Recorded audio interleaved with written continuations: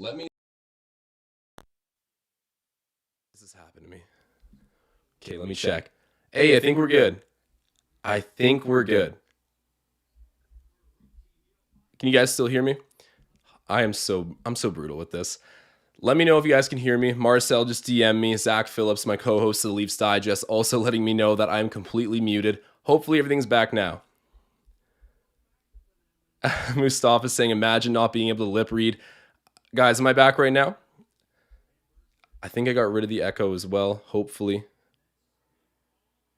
People are saying there's still an echo. Let me wait to see if that fixed it. All right, there we go. I think we're good. Sweet. Okay, guys, welcome back to Raptors Digest. We got a game right now, the Utah Jazz. I'm so sorry for those technical disruptions. That was just my fault right there. Starting the stream a little bit later as well because I had to charge up my laptop. We filmed some stuff for the Leafs beforehand. Check out Leafs Digest if you have not yet. So just needing to figure out some stuff with my laptop. I have so many different gizmos and gadgets plugged in at the moment that I can't always get my charger in. Had to start a little bit later, but right now, the Raptors, as I was saying, taking on a shorthanded Jazz team. No Bogdanovich, no Rudy Gobert, no Jordan Clarkson. I also think they're missing, who else? Royce O'Neal's not in the lineup. They're missing a ton of their go-to guys. And to me, that's music to my ears. The Raptors had their own issues with COVID protocols and injuries. OG was out for a while. Siakam out, Yuta Watanabe out, and out again. But we've had our fair share of hardships early in the season with schedule, injuries, all that stuff. We're back into a spot now where even though we have some difficult teams coming up, we have really benefited from injuries on opposing groups. There's no doubt about it. We just simply have. So I need to be pretty excited and thankful for that because the Raptors have made their way back to winning basketball. 18-17, their current record. And I saw someone in the chat the other day say, this team's going to go all the way to 20-18. I don't know what we're going to do past then, but I see us getting to 20-18. And for some reason, it just clicked in my mind. I think that is exactly correct. And someone said that I think when we were like still a losing record. I'm with you right there. I think we'll win more. We'll lose one more potentially, but we're going to get to 20 wins. And I think that play-in spot is more than just doable. I want this Raptors team to get into a first-round matchup. So the game's already started here.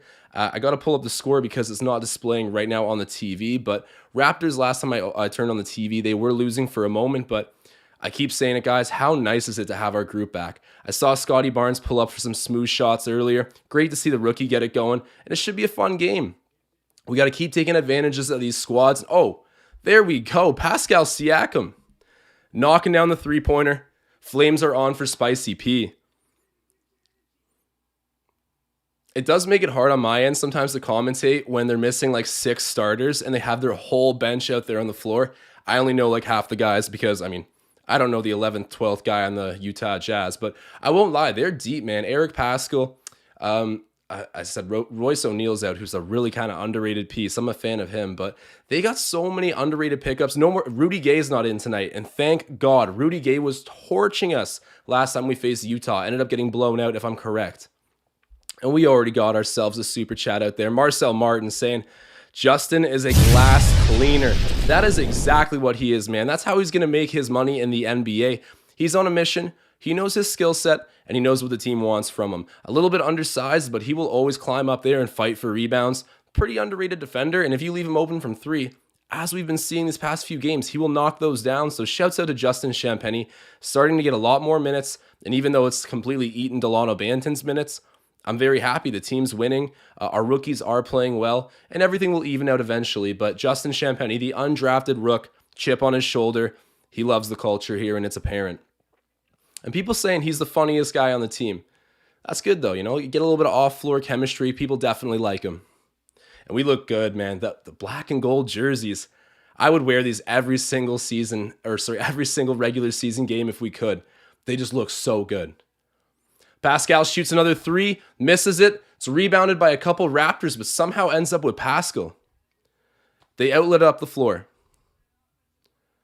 Shoots the 3. Utah misses, and then they get the offensive rebound. Oh, and I haven't mentioned yet, but DJ Wilson re-upping his 10-day. My favorite player. He's sticking around for a little bit. Utah misses the 3, but he's fouled while shooting the 3. I think that's Pascal. It is.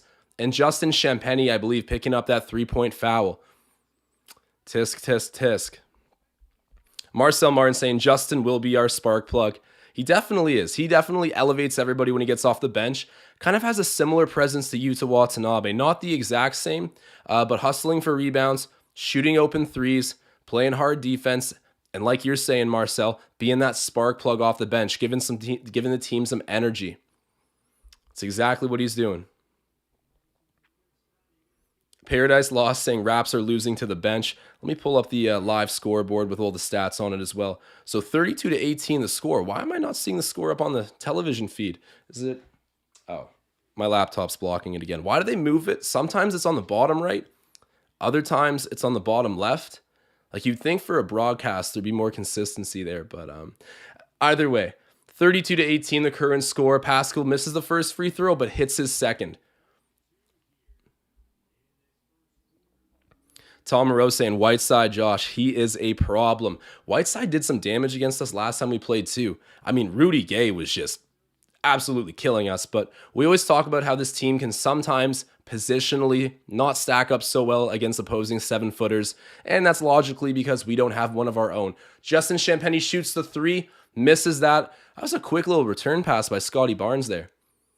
I like that, keeping the ball hot. One of my favorite sayings in the sport of basketball, and I think it applies to actually a lot of different sports, is Phil Jackson. He says the ball has an energy about it. Give the ball energy. Make good passes, crisp passes. Everything you do, try to charge up the ball with life. I don't know. Something about that saying by Phil Jackson, the great Phil Jackson, really makes sense to me. He's saying build momentum even when you're not scoring. Make the right plays. Don't get complacent with the ball. Scotty Barnes is a guy who definitely gives the ball a lot of life. Marcel Martin saying, not how you start, it's how you finish. That is the truth. Last game, we were down pretty good at one point, and we ended up losing the first quarter, I believe. We were down by like 13, 14 points, probably close to halftime. Maybe even going into half, actually. I'm not too worried, especially if they have a shorter bench tonight. We'll have the legs to run with them.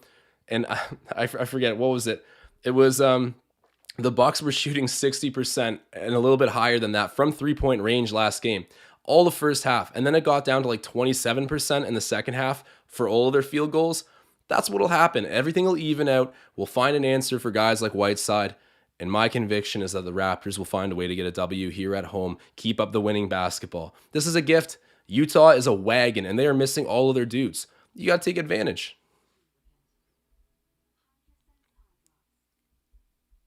Russell Westbrook in the chat saying the Raptors are looking dangerous tonight.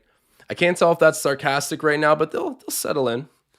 I got to check how many points Scotty Barnes has. Oh, and guys, of course, so you can see I have Fred VanVleet over 21.5 points in the match. That's my first bet. I just don't see him slowing down. He's making an all-star narrative campaign for himself. He knows the importance of these next few games to really secure himself in for All-Star Weekend. There's no guarantee of it. The fans have been doing their thing. He is top 10 in guard voting, but we got to keep pushing. Job's not finished yet. And then I have Gary Trent Jr. over 1.5 steals and blocks combined. So that's just a defensive stat. If he can get 2 defensive stats, whether that's 2 blocks, 2 steals, 1 of each, that'll hit the bet. And I believe it's plus 210. So just over triple return on your investment. Check out Twitter beforehand if you guys want to ride these bets with me or tell me some of your own. I encouraged the chat last game to lose my money for me. It's exactly what we did, but it was fun. Definitely throw your gambling lines down in the chat right now if you guys have any. I like the confidence. Taga in the chat. Oh, sorry, not Tag. Oh, it is Taga saying, I'm sure the Raptors will win this. I am too. I'm not too worried. We got the better roster right now. And I get it. Utah's a crazy regular season team. Utah actually kind of reminds me of the Raptors of old, where you have a star like Donovan Mitchell, who, I don't know, maybe comparable to a DeMar DeRozan, like a very bona fide bucket getter, but never someone who's regarded as like a top 5 player in the league. Just outside of there. The DeMar comparison might even be ambitious, but Utah's been an absolute wagon in the regular season. They're still waiting to break through in the playoffs, but their day will come. Hopefully not anytime in the near future, because I want the Raptors to start getting back to contending ways, but the reality is Utah has been developing for a while. They are building up, and they are fully in their contention period. Chris Boucher shoots the corner 3. Just misses, but it's rebounded by Anunoby, shot back immediately, and he gets it to go in the mid-range. Nice little play by OG. Sensed that he was open for a moment, put it right back up, has the skill to finish.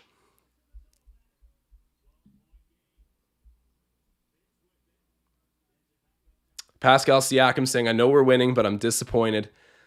Disappointed by a slow start. If we win this game, I'll be okay. As Marcel says, it's not about how you start, it's about how you finish. Sure, I'd like to see winning basketball from tip-off to the final whistle, but it's a game of runs. I always say it, and it's just the proof's in the pudding, guys. You look at basketball games, one team will go on a run, the other one takes their own. I mean, it's the NBA. Everyone's good. Even if you're missing 5 starters, you will be scored on, you will be blocked, you will have the ball stolen. It's how the game goes, but it's about answering and holding on during the critical period. Jeez, Hassan Whiteside. Birch ends up ripping out that rebound from him. Good stuff by Birch there. We're going to need him to step up against opposing 7-footers. Great patience by Boucher. Oh, I love that. Chris Boucher. He knew a block party was inbound. He hesitated, waited to go up. They flew right past him, and then he gets the 3-point play, or the chance for that. And one bucket for Chris under the rim. Good patience. And I think that's a foul charge to Hassan Whiteside. I'm hoping it is. Let's run up the personal fouls on that guy. Get him out of the game. Chris shoots the free throw and gets it to go. Raptors currently down 23. Is that the 32? Yeah, we're down by 9 points. I want to reposition my laptop a little bit, but scoreboard's being blocked from my point of view at the moment. Utah responds with a 3. Oh, man. House Jr., I saw that they signed him today. He's been a great player for Houston. I think he spent a considerable amount of time in the G League as well. Houston always finds those random players that are like pretty good support scorers. At least during the Harden era, they had a ton of them that no one really talked about. That's going to be an interesting team to watch grow. I think they're already regretting the Jalen Green decision a little bit. Don't get me wrong, I think he could still be a star in the league. A ton of upside, especially offensively, athletically. He checks out in so many ways, but already there's looking like some players who could leapfrog him in development and immediate impact. Scotty Barnes with the ball, hands it off to Van Vliet. He was red hot from 3 last game. Sets up Khem Birch. Oh, wow. That was a completely... Chris Boucher there to clean up the mistake. Khem Birch airballing an open corner 3. Definitely thought about it a little bit too long there, but Chris Boucher there to clean up and get the easy bucket for the Raptors. Good job by Chris. Ooh, alley-oop to Hassan Whiteside. Utah's giving an answer every time we're scoring right now. We got to slow them down on the defensive end.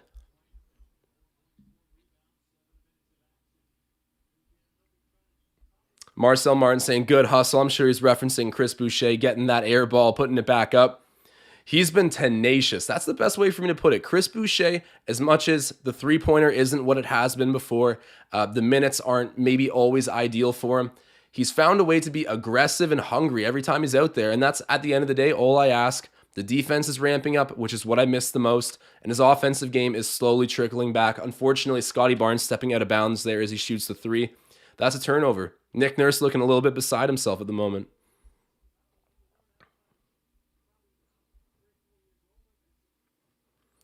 Mike Chaffee saying, Raptors defense stinks right now. They do at the moment, but Utah ends up turning over the ball. It's going to be Raptors ball. Scotty Barnes heaves the whole court. Ooh, Chris Boucher could have caught that as well, but instead, that's just a wasted possession. Yeah, Chris was hanging out in the low post there. Almost connects with a QB throw from Scotty Barnes, the rookie stretching out the floor there. But unfortunately, the ball's back with Utah. They shoot the... Oh, no. No. Oh, House Jr., man. Oh. Bro, that's not how you need to close out the first quarter. That hurts a lot. We're already facing an early deficit, and oh, that's cold. That is ice cold. Gets it off the bank, too. Man, come on now. Come on now. That's tough, guys. Give me your score predictions in the chat right now. I mean, that was a tough quarter to watch. 40-25, the current score. Raps down by 15. This is a manageable amount. I think we were down by 15 last game at an even later point. So I'm not hitting the panic button yet, but to say that was a bad quarter is kind of an understatement. I'm sure everyone agrees on that. Hey, and if you're watching right now, do me a favor. We got close to 80 live viewers right now. Drop a like spike. Help out the channel. You guys have been doing your thing this whole season, and I appreciate it so much. Ramaz chiming back in saying, Raptors tank for Chet, Paulo, and Hardy. I don't know. I think we got our guy. You know, There's no need to share Scotty Barnes' spotlight. And hey, if we just by chance naturally ended up in the lottery, which doesn't really make sense. I mean, think about how good this Raptors team is. I understand we have our flaws, but we don't need to go back to the lottery hunting for that dude. He's already on the team. As much as I wouldn't say no to a Chet Holmgren or Apollo Banchero, we don't need it. It's not necessary. Let's win some games and see what that can do for our development. Magnetic Knowledge saying we will win this game by all means. Anyone that says different doesn't know Raps ball. I love that, man. Don't count them out. Some slow starts consecutively for them. Like I said, the Bucks game was exactly like this too. I think we were even at this deficit a little bit later into the second quarter, maybe even at halftime. I got to double check that, but I'm not worried either. The legs on the side of the Utah Jazz, they'll tire out a little faster than ours, and the Raps are at home. There's a bunch of reasons. We were off yesterday resting. We'll be okay. Just a weird start, and that three-pointer at the end by Daniel House Jr., oh my God, that's the last thing we wanted to see, but it ended up going. He got it off the bank. Didn't call it, but it counts. So Raps are dealing with that right now. And if you guys haven't yet, I was mentioning Fred VanVleet as an all-star earlier, but do me a favor, go vote for Fred. All of your wildest dreams will come true.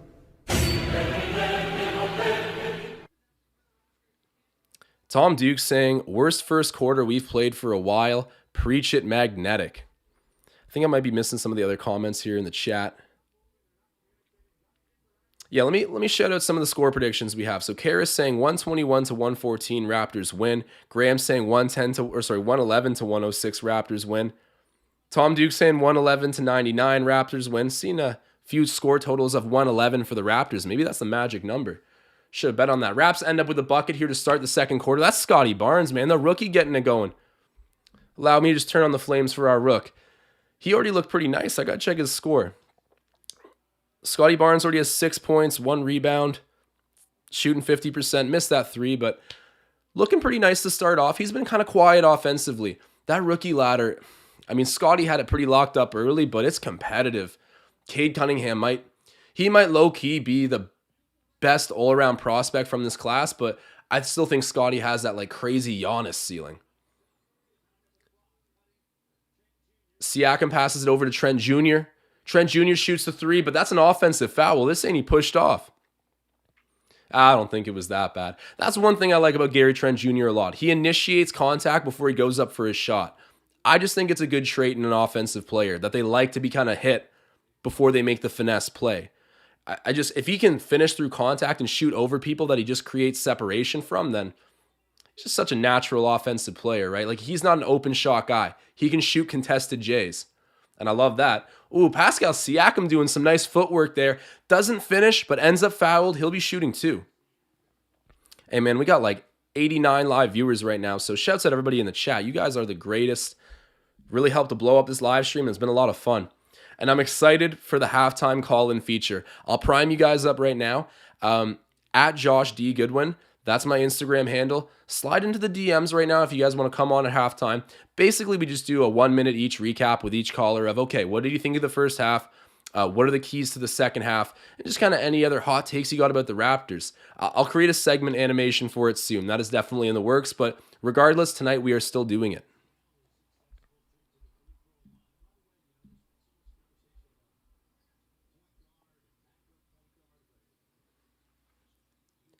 House Jr. with the ball right now. Precious Achiuwa getting right up in his face, trying to cut off that entry pass.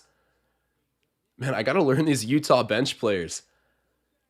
That's been the weird thing about these COVID protocols. Trying to commentate a game where, like, I shamelessly don't know the whole, like, probably 50% of the roster on the court right now. Oh, ends up missing that three-pointer. Gary Trent Jr. doesn't get it to go. Puts the defensive pressure on, but Utah avoids it and gets it up court. House Jr. throws it to the corner. They shoot the 3, and they get it to fall. Oh, man. Scotty Barnes' contest just a little bit late. Jeez. Okay, I got to learn some of these Utah names. Who was number 3 that just got that back? Or number 33? I can't even see jersey numbers on here. It is hopeless, folks. The chat needs to help me out tonight. But Chris Boucher with the ball. Throws it back into Scotty Barnes. Chris gets it and shoots the 3. Give it to me, Chris. Misses, and Precious Achiuwa, our guy, he's there to get the offensive board. Right place, right time, high motor. I'm a Precious fan. Barnes to Siakam, shoots the 3, gets it to go. Pascal Siakam. That's what I'm talking about. Stretching the floor. That's his second three-pointer of the game already. He's been playing awesome. Getting it dirty, finesse plays when he's unguarded, all that good stuff, man. Pascal Siakam, Utah scores at the other end. I am very critical of Pascal turning over the ball, picking up a ton of personal fouls. His efficiency can be shaky, but in these past 10 or so games, largely, I can't say a whole lot. He turns over the ball there, which is kind of a jinx on. I'll own up to that one. Pascal, that's my fault, but by and large, he's been great. The Pascal slander has definitely calmed down in Raptors Nation, which I'm sure is refreshing for most people. Marcel Martin in the chat saying spicy 3. I'll turn the flames right back on for the spicy 3. It's out of bounds, and it's ruled Utah basketball. Okay, number 33 is Hughes. I'm going to remember that. Elijah Hughes. Yeah, I think he was the last Utah player to cash in that 3 there. Daniel House Jr. is really like the only one that I've recognized out of these like reserves. Whiteside getting into the paint, gets fouled but misses the easy shot. Not the easy shot. The paint shot doesn't go. He'll be shooting 2 though. And I think that's Precious Achiuwa who picks up the foul. That's where it's like, we just need a 7-footer, and he's got to be athletic, doesn't need to be insane offensively. I will say serviceable, to the point where maybe if you're not a bucket getter, you're a really good playmaker. Something like Marc Gasol. I know Marc Gasol is like the golden standard of just a defensive master, but something along those lines where, yeah, Marc Gasol, he could not score. He had the offensive touch of Freddie Gillespie, but his defense and passing, and the fact he's 7 feet tall, right? That ties into the whole thing. That's what we need. And that's why I'm still confident. Even though Moses Brown isn't a high-profile player, I still think the Raptors are going to keep notes on him. At some point, a Raptors-Mavericks trade is just bound to happen. But Moses Brown, he's young enough, athletic enough, seems to have the right attitude that I think the Raptors would really want him. And Chris Boucher, what persistence. The Canadian sticking with the play, a couple putbacks, and I think the second or third one goes. That's a critical bucket for Toronto. Wow, Whiteside just backing right down. Achiuwa, oh man. And some soft touch to finish the basket too. We got to get an answer for him. Precious responds with a 3, misses, and it's rebounded by Hughes. Up the court for Utah, it's with House Jr. at the moment. Whiteside sets the pick. Jr. shoots. That's cash. Oh man. He's been cold, ladies and gentlemen. I don't like using the animations for opposing players, but we can't stop him at the moment.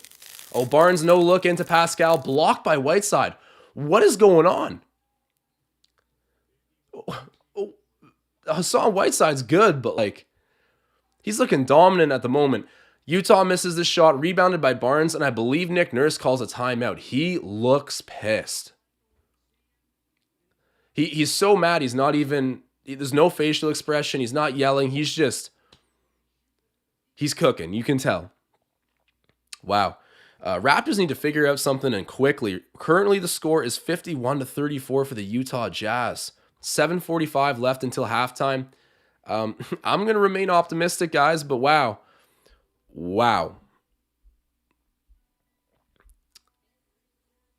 It's interesting.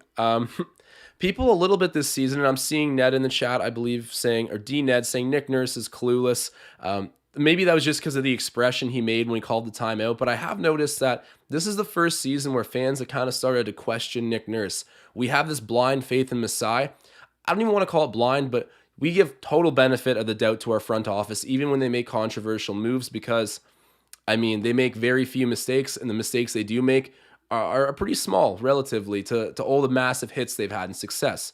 So we give that benefit of the doubt, but Nick Nurse, I think he's earned a similar benefit of the doubt, even though he only came in during 2018, 2019, won a championship, been a coach of the year since. He's done so much. Also head coach of Team Canada, just a character guy. I really love Nick Nurse, but this is the first season I've noticed people start to question him. And I'm not saying that's a good or bad thing, but just interesting that, Nick Nurse walked into the league coaching a championship-ready team. Yes, of course, he did his work to get them ready to actually win that chip. But he's never been in the NBA level with a team rebuilding. I think he joined Toronto as an assistant in 2016, so they were already well into pushing into the playoffs, being contenders when Nick Nurse first got here. So you got to imagine, it's a learning curve for him trying to rebuild the roster a little bit, retool. Last season, I'm willing to write it off, right? We're on the road, COVID protocols, so many free agent losses, just adding up and really taking a toll. I think we excuse that one universally. But this year, people are kind of on him a little bit, and Masai too. But generally, I think the consensus is Masai can do whatever until proven wrong. Nick Nurse still earning it a bit, but getting some questions from the fans here and there. Jeff for Sale 1 saying, what is this deficit right now? I don't know, man, but it's confusing me too. Just ugly. Like, beyond that lucky three-pointer that Daniel House Jr. hit closing out the first quarter, we're down 51-34. This should not be happening when the other team has the following injuries. Let me go over it again for anyone who might not know or might have missed it in the onset of this video. So they're missing Donovan Mitchell, who's just a bucket, having a sensational season. They're missing Rudy Gobert. Oh, no, I think Rudy's supposed to be in, but I haven't seen him on the court yet. I'm on the wrong game here. But yeah, Royce O'Neal, he's not in tonight either. And Royce O'Neal, don't sleep on him. Bogdanovich isn't there as well. Jordan Clarkson, a 6th man of the year, not playing. Mike Conley, their guys are out. No Rudy Gay either, who just absolutely, I think he dropped like close to 30 points on us the last time we played and was just dominant on the glass. They're missing a lot of players. We got to take advantage. We've been doing a great job of it, but if you have any hope of making the playoffs, you got to beat a group like this. Fred VanVleet shoots the 3, misses it, and it's out of bounds off of Utah. That's staying with the Raptors. If you guys are watching this right now, do me a favor, drop a like spike in the chat. You guys know the drill. You are the best. Make your presence felt in here. We got over 90 live viewers. Ramaz clearing up saying Rudy got COVID. That's unfortunate. I hope he's doing better. But, the Raptors, they had their COVID phase. It sucks, but I'm happy it's out of the way with. We're moving on. And as much as we kind of got taken advantage of by teams when we were during our protocols, we were 0-2 with guys out. Now we're taking advantage of opposing teams, or at least we should be. We have been.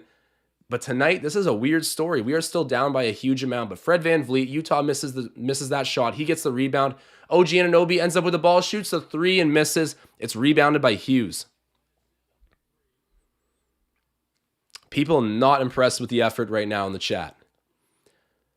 Oh, that was an ugly shot by Utah. Give me some more of those. Rebounded.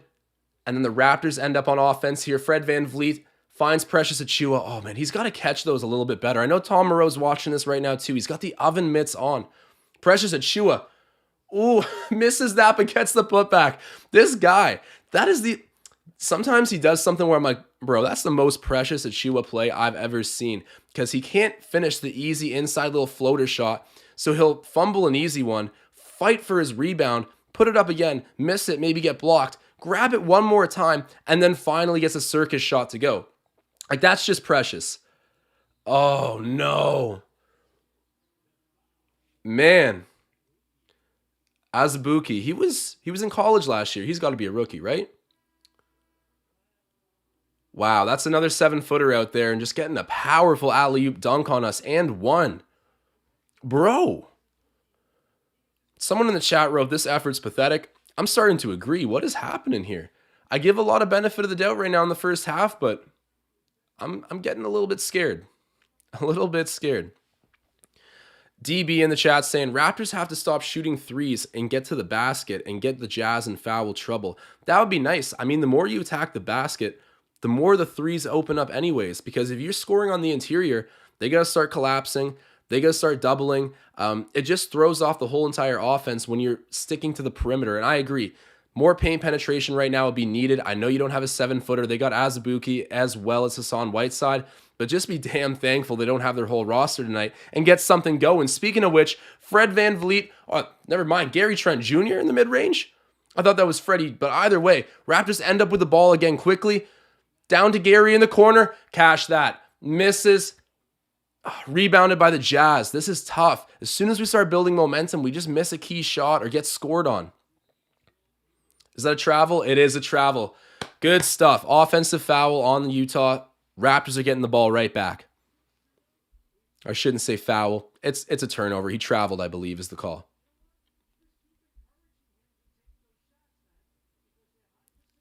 The Monte Cristo saying, I'm convinced it's the Wilson basketballs. So for anyone who doesn't know, the league changed their main sponsor from Spalding to Wilson.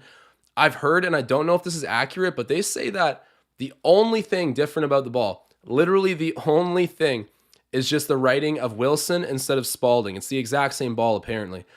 All right, my broadcast just cut out, but I believe the Raptors score. The scoreboard's telling me it's 53-41, so we're biting into that lead a little bit. Need to keep going and get it to a more reasonable deficit at halftime. I'm going to say I'm still confident we can do this, guys. Pascal misses. Wow, that was an ugly air ball for Pascal. Fred VanVleet coming back the other way. The All-Star gives it to Anunoby. Ooh, nice little dribble move there by OG. Throws it out to Barnes, who shoots the three. Give that to me, Scotty. Misses it. And it's rebounded by Hughes. All right, it's okay. The Raptors are correcting their momentum a little bit. Some hard defense being played, but the Fred VanVleet closeout is not quick enough. Utah connects on another three-pointer. What are they shooting from three right now?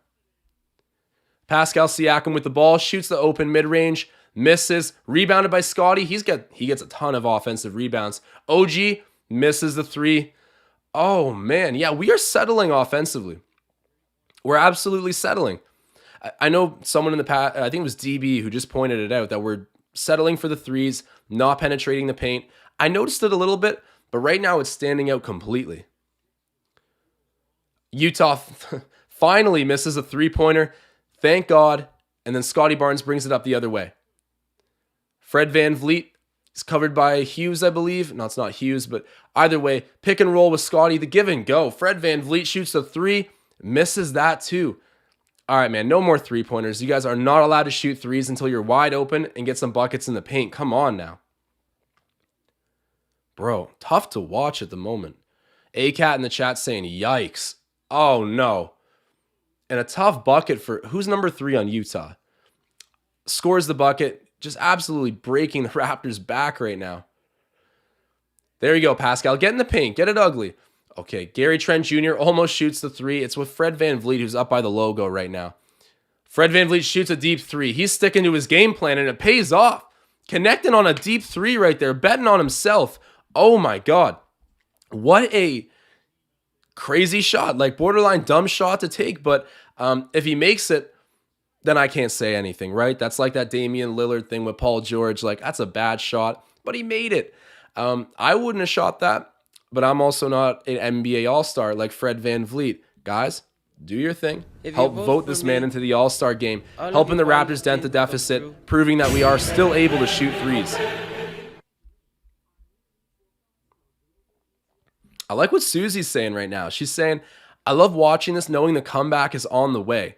That's kind of how I felt during our championship year. Don't get me wrong. I'm not saying this team is like anywhere close to that level, but right now, just the mismatch-wise with the rosters on Utah, they're missing too many guys. The Raptors should win this game. We were favored like minus 11.5 before to go in and get a dub. We're hot right now too. I agree with that line projection. We should come back and win this thing. Fred VanVleet hitting a three-pointer helped to narrow that lead, but so much more work left to do and a whole other half of basketball. And I think we're how long until the halftime? Just under 3 minutes until half. And for anyone who missed out on it, we are doing some call-ins at halftime. It's a new feature. I got to get like a flaming telephone or something and call it the Hot Takes. That's what I want to call it. The segment at half is Hot Takes. Marcel Martin giving a flaming hot take last time. Well, not flaming hot, but you know, Marcel, he's animated. He loves his Raptors. He was talking his ish on here. And then also Fan Fiction Pop-Tart calling in, agreeing with me that the pump fakes last game when we were facing Wes Matthews and Jordan Nora on the Bucks, the Raptors were biting every single time, but we figured that one out too. The Bucks shooting percentage in the second half completely dipped, as we expected. And the Raptors got a W, man. We're 18-17, winning basketball again. Oh, it feels so good. I want to keep it rolling, but call in at halftime if you guys got some takes.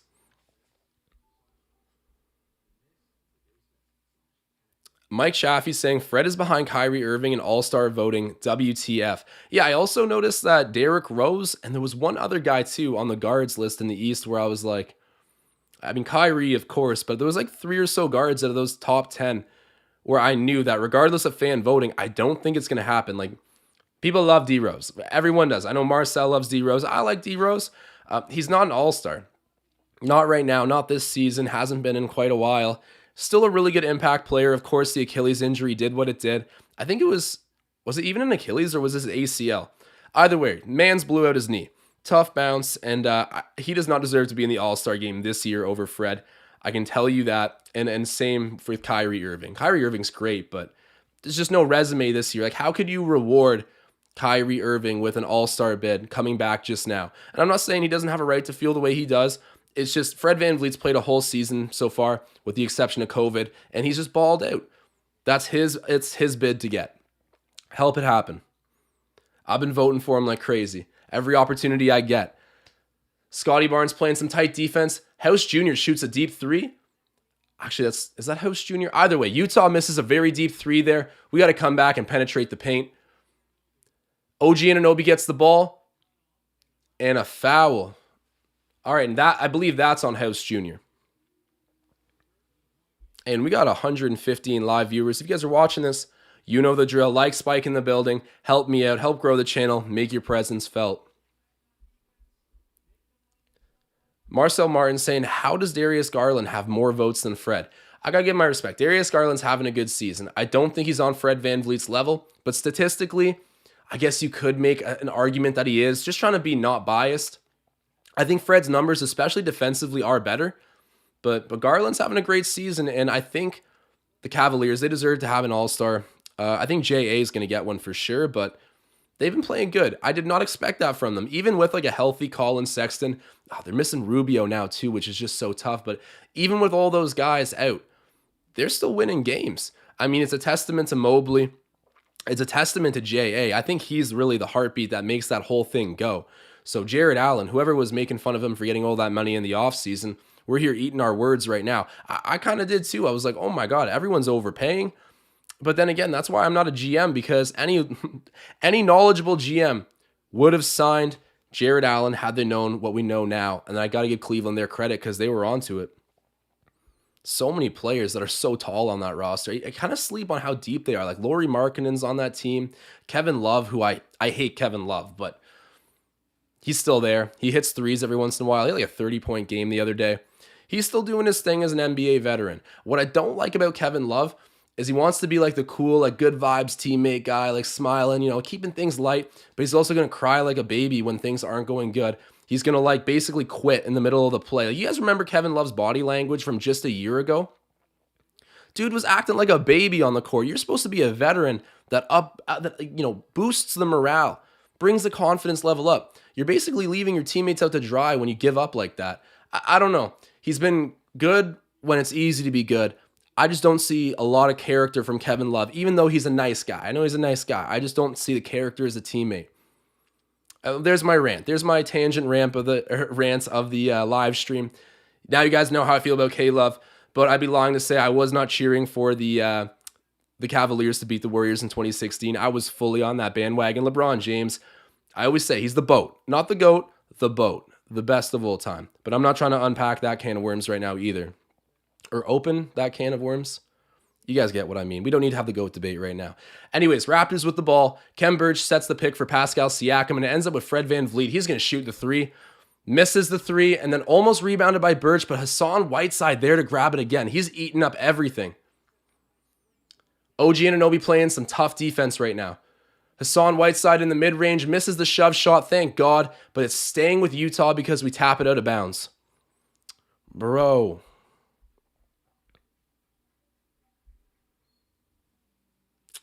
And Marcel taking note of the views right now. Hey, if you guys are watching this, stick around, man. It is fun because we've grown this thing a whole lot. I don't know how many other Raptors live streams there are out there, but I can guarantee you they're not having fun like we are. So stick around if you're here and show some love, man. You guys are really the greatest, helping make this happen. Drop a like, Spike. The views keep going up. And I think part of it has to do with the fact the Raptors are winning again. Let's just be real. It's tough to sit through a season of rebuild basketball. Of course, I will and many others will. But, when the team's winning, people logically want to tune in. It's the entertainment value of having a sports team. And we've been privileged these past few years. But thankfully, after a brief rebuild, I'll say a full rebuild, we ended up in the lottery after playing in Tampa. It seems like we're just in that retool now, where we can win games, make runs, even go to the play-in tournament. Oh, OG Anunoby gets open for the dunk. But my point is, we're already on our way back up, and it feels good, which is why I don't want to think about going back to the lottery. Mystery saying, bro, we need to stop shooting threes. LOL, WTF. I agree. I know Fred VanVleet made that deep one, but when he pulled up, I was like, bro, you are trying to give Nick Nurse a heart attack right now. But he hit it, so I'm not going to question it. Scotty Barnes working in the high post, throws it down to VanVleet. He's going to shoot another three. That's a high arc, misses, but he gets back the offensive rebound. Freddie makes a quick move to the rim, throws it to Pascal Siakam, thinks about the three-pointer, ends up giving it to Scotty Barnes, who's guarded by Hassan Whiteside. A little bit of a size mismatch, but Scotty doesn't care. All right, Scotty. Oh, I love to see that. Big time move. Getting the bucket over Hassan Whiteside, the 7-footer. Oh man, 7-footer versus the rookie. Scotty Barnes coming out on top there. That's a big bucket for Toronto. House Jr. gives up the ball to Hughes. Oh, it's not Hughes. Who's number 13? He kind of even looks like a shorter Paul George. And then that's a foul on the shorter Paul George. Who is that? I need to check on number 16.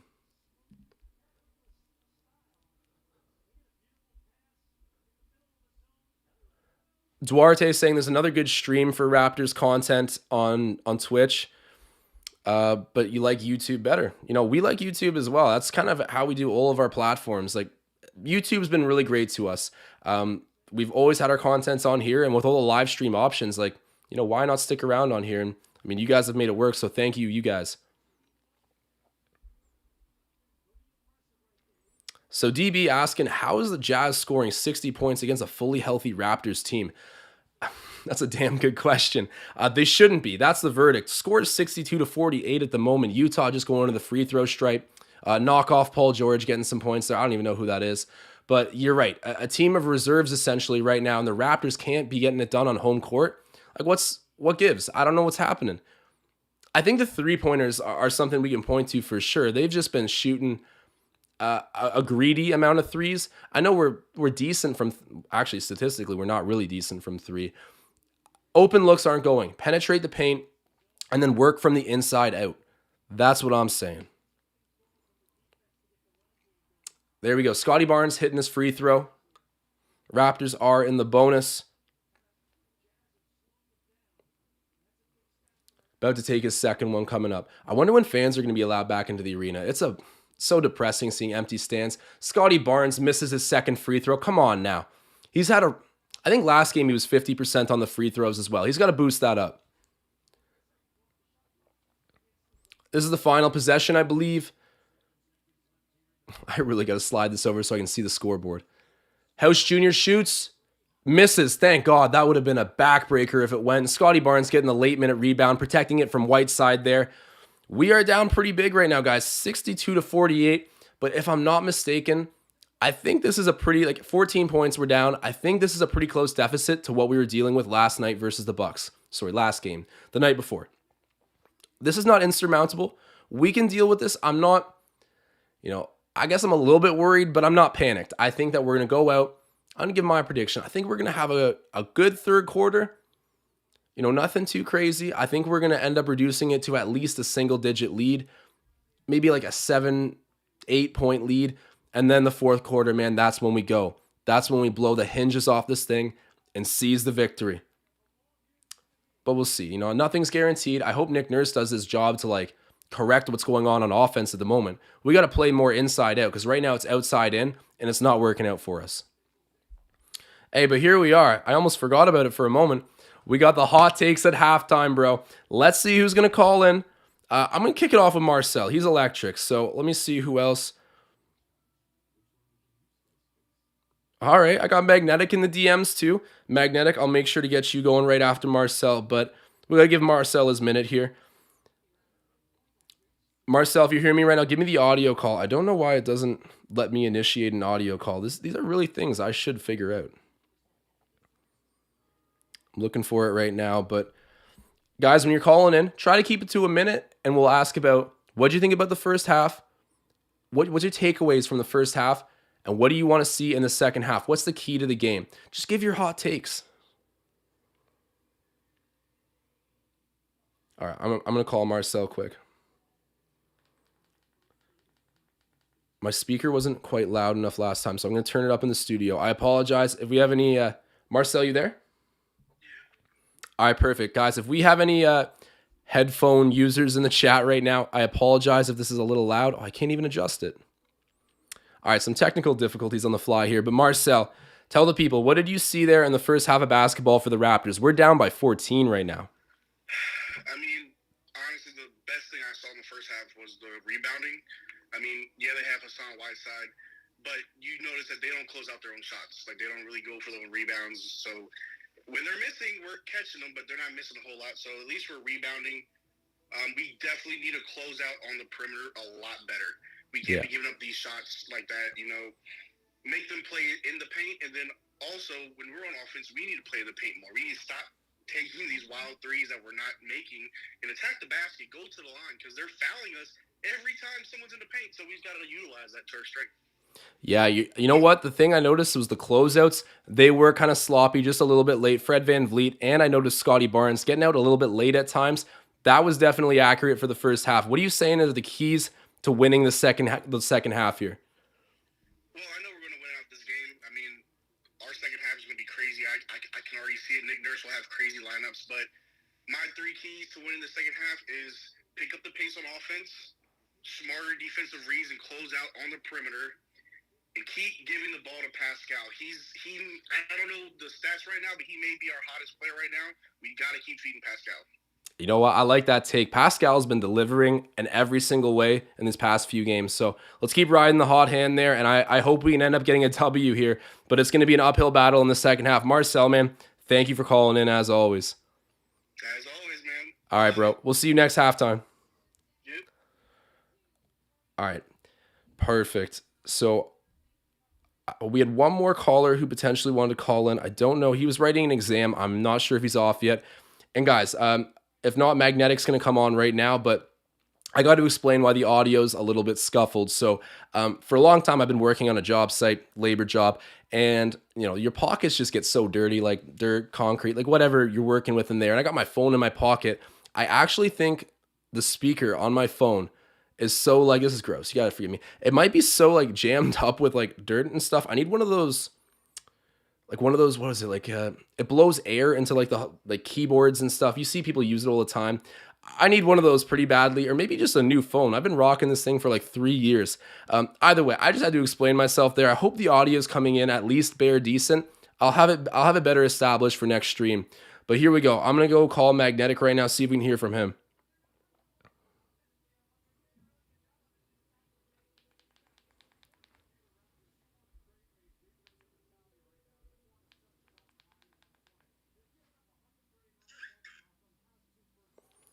Magnetic, what's up, brother? What's up, man? This is the first time I've ever done this. I'm not really an Instagram guy, despite my name being Hey, man, that's all good. That is all good. We're happy to have you calling in at halftime. What did you think about the first half for the Raptors? It was a little shaky. I think we need to lock down some threes, or it's probably going to cost us. It's like, I can't believe we're shooting this bad, but I think Scotty's going to have a hell of a night. I'm wearing my Scotty Barnes jersey right now, and I really hope Scotty kind of heats up. Maybe a little something from Chris Boucher. I don't know. Maybe a flash of DJ Wilson, Oh, man. I like where you're going with that. I think Scotty's looked good in the first half. He hasn't been perfect, but he's looked good. So do you have any specific keys other than certain guys heating up? What was that? Yeah. You got any specific keys for the second half where you're like, we got to fix this? DJ Wilson. DJ Wilson. That is the second half answer. All right, Magnetic. That's the answer. Oh, man. Okay, I'll let you go right now, Magnetic, but that's a good answer. So DJ Wilson, I'll talk to you next halftime, brother. Appreciate you calling. Thank you. So Magnetic Knowledge saying DJ Wilson's the key to the second half. Is DJ Wilson out of COVID protocol yet? He might be. I'm not sure. But either way, if you guys haven't seen the news, DJ Wilson is now re-upped back onto another 10-day contract, which is nice. He came out and had 2 really solid games. Ended up going into COVID protocol, as I was saying. So it kind of ruined the second half of his 10-day there. Didn't give him the full sample size that maybe the Raptors were looking to get from him. I'm seeing some comments from people saying DJ Wilson is like the Svi Mikhailuk replacement. Guys, I respect all opinions, but I need to firmly disagree with that. I do not think DJ Wilson is capable of things Svi Mikhailiuk is capable of. And I think that career averages will speak to that. But I love the unrivaled enthusiasm right now for DJ Wilson, who's trying to find a spot in this league, and he was good. I'm not trying to take that away from him. And the sample size we got, definitely effective. And I'm happy that the Raptors brought him back in for another 10-day. Not a full contract. I was happy that we didn't go there. But a 10-day, that's nice. So I'm going to see the Instagram DMs quick. Make sure that no one else is waiting to call in. I do apologize if it's a little bit fuzzy at the moment. Tom Duke saying, yeah, he is re-signed to a 10-day. Bet he gets a roster spot. I don't know if there's room for him. I'm just speaking completely honestly. I don't know if there's room for him. But maybe, man, he's played good. And if he comes back out and continues at that pace, I mean, you're not just going to get rid of a productive, efficient player. So let me see. Oh my God. I was talking about last time. I've been looking up a lot of things about NFTs, crypto, the metaverse. And I look into my message requests and it's just flooded with bots. Instagram's got to do something about that. The bots are crazy. You open up a post within its first 10 minutes of being uploaded, and it's actually a sea of bots. And it's all these fake, like, you know what type of accounts. And it's like, come on now, man. Like, it's like disrespectful. Like, I'm looking about a post that's like mourning someone's loss, and it's like, come join me, I'm lonely over at this website. I'm like, oh God, like the bots, they're robots. There's no emotion. They don't draw the line anywhere. Instagram, step up here. It's ruining my inbox as well. But if anybody else is looking to get their 2 cents in here at halftime for the hot takes, please call in. It's so much fun. My bunk phone, I'll figure that out soon enough. But shoot me a DM if you guys are looking to talk. I know I spoke with someone earlier. Let me make sure he's not available. Who was it? We just spoke earlier. He was writing an exam. He wasn't sure if he was going to be out in time, but it's Ben. Okay, so his name's Ben. I don't think he's available right now. No, I'm not talking about Ben Rogers, but maybe we should try to get him to call in. All right, if my co-host Zach Phillips is watching this, Philly, do me a favor. Ring me up. Tell me what you're thinking about the game right now.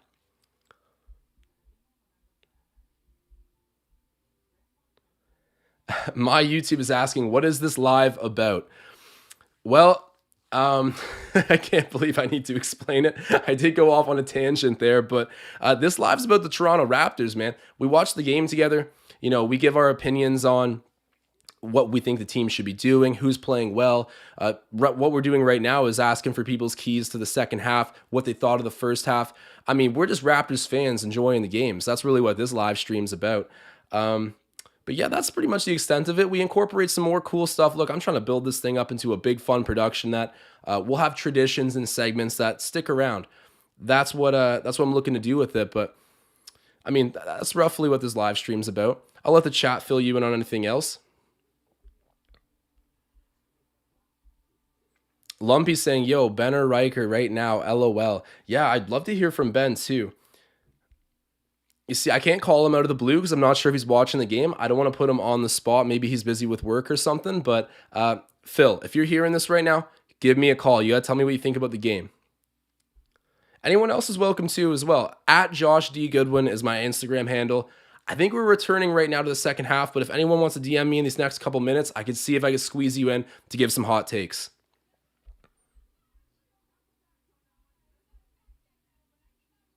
Oh, my YouTube. Okay. He was kidding around. He's a subscriber, but I try to answer as much as I can see in the chat. And if you guys are watching this right now, we got 115 live viewers. So drop a like spike. You guys are the best. Magnetic Knowledge is already saying it. Drop that like spike. And I'm gonna get that hot takes animation in. It's gonna be a whole part of this segment, and I'm gonna upgrade my phone too. Artisan saying Yuta would have had energy, just energy. That's about it. Oh, sorry, to kind of go back here for a second. Tom Moreau saying DJ's not replacing Svi. He's replacing Boucher very, very soon. I'm happy that Tom agrees with me that he's not replacing Svi Mikhailiuk, but I don't think this is the right time to get rid of Chris, unless it's for a trade, maybe for a Moses Brown. Then that'd be okay, but I don't know. Chris Boucher's finally started to answer the bell, and he's doing it and not starting minutes. Like, that was the whole issue. Last season, he was a beast because we were starting him and just giving him full green light.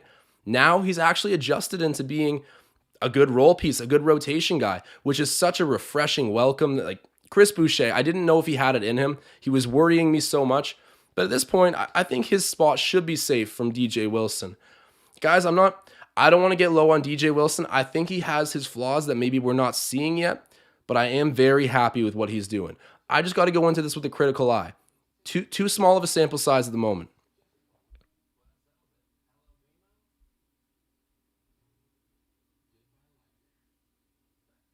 Lola saying, I'm ready for the fake comeback. It's going to be a real comeback. Everyone can feel it right now. I'm not too low on the group. We were in a similar situation versus the Bucks, who were also undermanned. I would even go to say that the Bucks roster they had out there with Drew Holiday, you still had Chris Middleton, who both of them played really well. That right there alone is going to throw more at us than I think the guys that are out there for the Jazz at the moment, even though Hassan Whiteside is eating. That aside, I think we can storm back and get a W tonight, improve that record to 19-17. Man, oh man, I want to get into that play-in tournament or maybe even secure just a guaranteed first-round appearance with a 6th seed. That would be sweet. I won't rule it out, but I think the play-in tournament right now is the very baseline expectation. I know not everyone shares that enthusiasm and high standard of expectation, but that's where I'm at with it. This team's good. It's pretty deep. I know we're young, but the issues we have with the roster are thinning down. You know, it doesn't feel as daunting anymore. I know the bench kind of needs to up their production. It's okay. We're winning games. DB saying, LOL, what comeback? Raptors don't deserve to win if they're playing this pathetic. It was a bad half, but they got to give a proportionally good answer in the second to win. If they can come back from being down 14 points or whatever it is right now and win, then you earned it. You completely earned it. Seeing a more complete effort, that'd be nice, but you know, I think if they get the W, we just got to give them their flowers.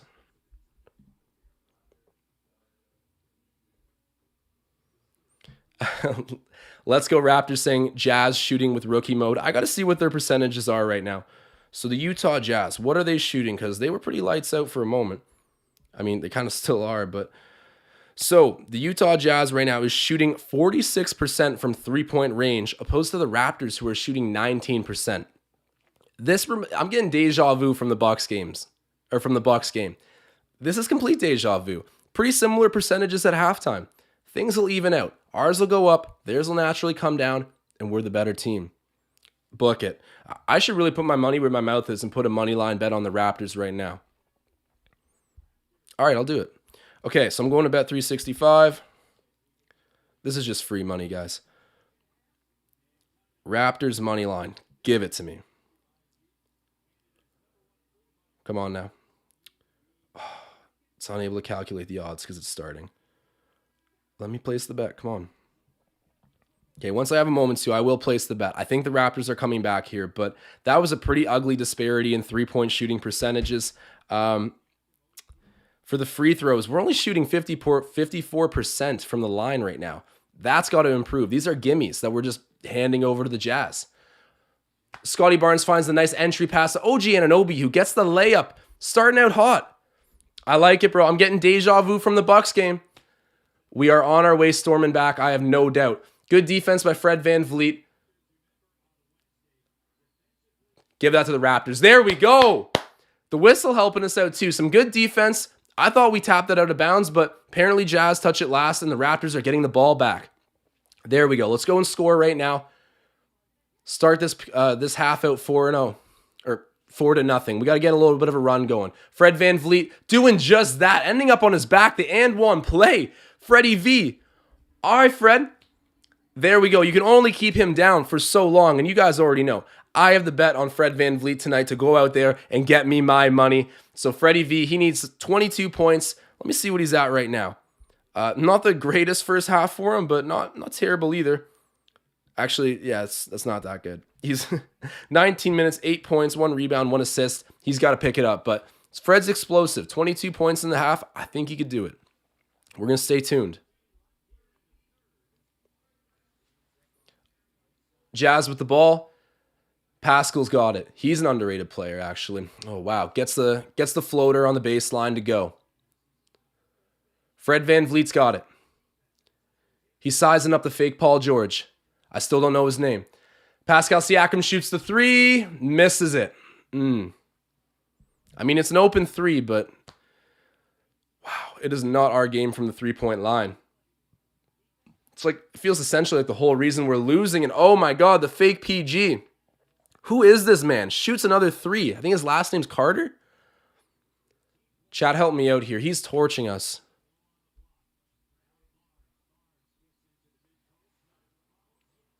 Barnes. There we go, Scotty. Love to see that. Magnetic saying he thinks Scotty Barnes got to have a big second half. He was expecting it. There we go. Gets a bucket to start it off. Oh, perfect. Out of bounds off of Whiteside's hands.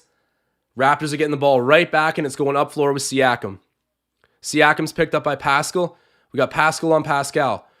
Oh, nice entry pass to OG. The sidestep. No call. Oh, there we go. He ends up being fouled. OG's going to be shooting too.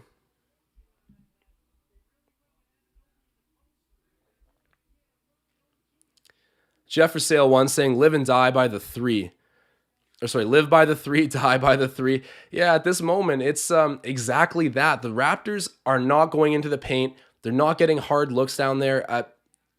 They're settling. When they get the open three, they're shooting it, and I don't blame them for it. But right now, the Jazz, they're just daring the Raptors to do that, and they're packing the paint.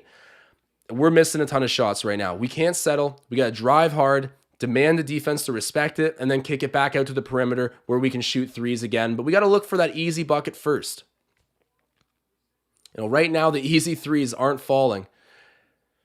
Nick Nurse looked absolutely beside himself there after calling a timeout. But Jazz back on offense here. Oh, OG Anunoby picks off that pass on the baseline. It was meant for Whiteside, but OG with a big defensive play. Pascal Siakam backing down the fake Paul George. He throws it back out to Scotty, gets it to Fred. Nice. They're not settling for threes here. And it ends up with an easy bucket. There we go. Not settling pays off. And then the Jazz, they're calling a timeout. There we go.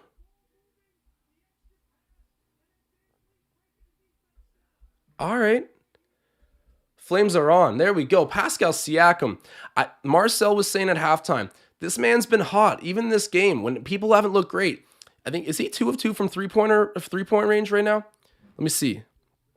Okay, Siakam's 2 of 4 from three-point range, shooting 50%. Even in an ugly game right now, he's continued to look pretty nice. As of late, he's looked good. He's got 10, 1, and 1 right now in the game. Let me see what his turnovers numbers are like. This is always the bone I have to pick with him. He's only got 1 turnover, only 1 personal foul. Pascal Siakam, he's being a net positive right now. I agree with Marcel. Let's go right back to him and see if we can get a W tonight. Keep denting up this lead. Currently only down by 7 points. Guys, I'm staying disconnected right now with the scoreboard because my laptop is literally in front of it. I got to adjust here. I'm getting the scores too late. But only down by 7 points. This is great compared to what we were looking at half. This was the comeback I knew we were going on. I mean, not really that hot of a take. I knew we played terrible. But the Raptors are just overwhelming favorites to win this game. And the way we've been rolling, why would it stop right now for an undermanned Jazz team that's visiting us in Toronto? The simple answer, guys, is it shouldn't. And you want to know why? Because we got players like All-Star Fred VanVleet on the team. All of your wildest dreams will Help come get true. this man to the All-Star game. Do your thing, Raptors Nation. All of Canada behind our players. Let's get him into that All-Star game. We were talking about the players in front of him right now. Not everyone happy with Darius Garland being there. Kyrie Irving does not deserve it. That's like a meme vote right there. And speaking of meme votes, also, D Rose. A lot of love and respect, but you do not belong at the All-Star game this year, unfortunately. The Monte Cristo saying, hey, baby, it's a long game. Look, I don't want to jinx us for worse here, but I'm just going to remain confident. Like, we should be winning this game. If we don't, then let's all get mad and complain about it. But in the meantime, I think we got a lifeline here. Let's roll with it. I'm not saying I blame anyone for being outspokenly upset about that first half. I was going crazy too, but I'm remaining confident. Only down by 7, guys. Let's keep the energy high. I love the way the Raptors started the second half. They came out, immediately got a bucket, immediately got a defensive stop, and then responded again with another bucket. This is the kind of runs you need to go on. I mean, Utah, what were they shooting? It was like 49% from 3 or something at halftime. That'll start to dry up naturally. We got to bring our stuff up naturally. Fred VanVleet right now at the moment, he's got 12 points. I need him to go get 21. I wouldn't say he's on pace, but it's still very possible. Not directly off pace. I'll put it that way. I also got to check up on Gary Trent Jr.'s defensive stats. I don't think he has any, but I easily could have missed it. Pascal gets the bucket for Utah. And we got 130 live viewers. So if you guys are watching this right now, do me a big favor. Drop that like spike. Clutch Crew saying, come on, Toronto. I got Raptors -2.5. Let's go, dude. That right there, -2.5 for the Raps, that must have been a live bet because before the game, I don't even know if you could have bet that. Oh, the Jazz. Hughes hitting a 3.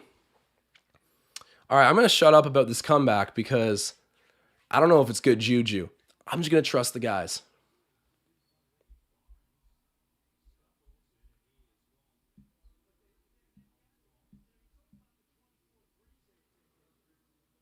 So DD saying the NBA is super competitive, so I won't be super disrespectful to the Jazz like that. They're top 3 in the West. The Raptors should be playing better, though. I believe in them.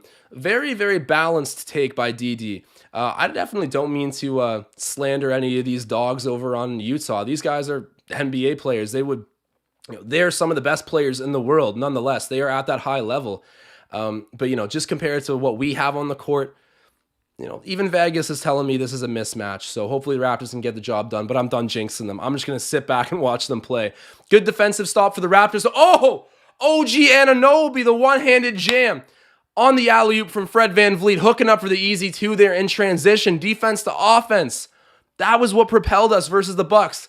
The defense to the offense. That's the key. It's been the key throughout this winning streak. And right there, Fred and OG hooking up for the bucket.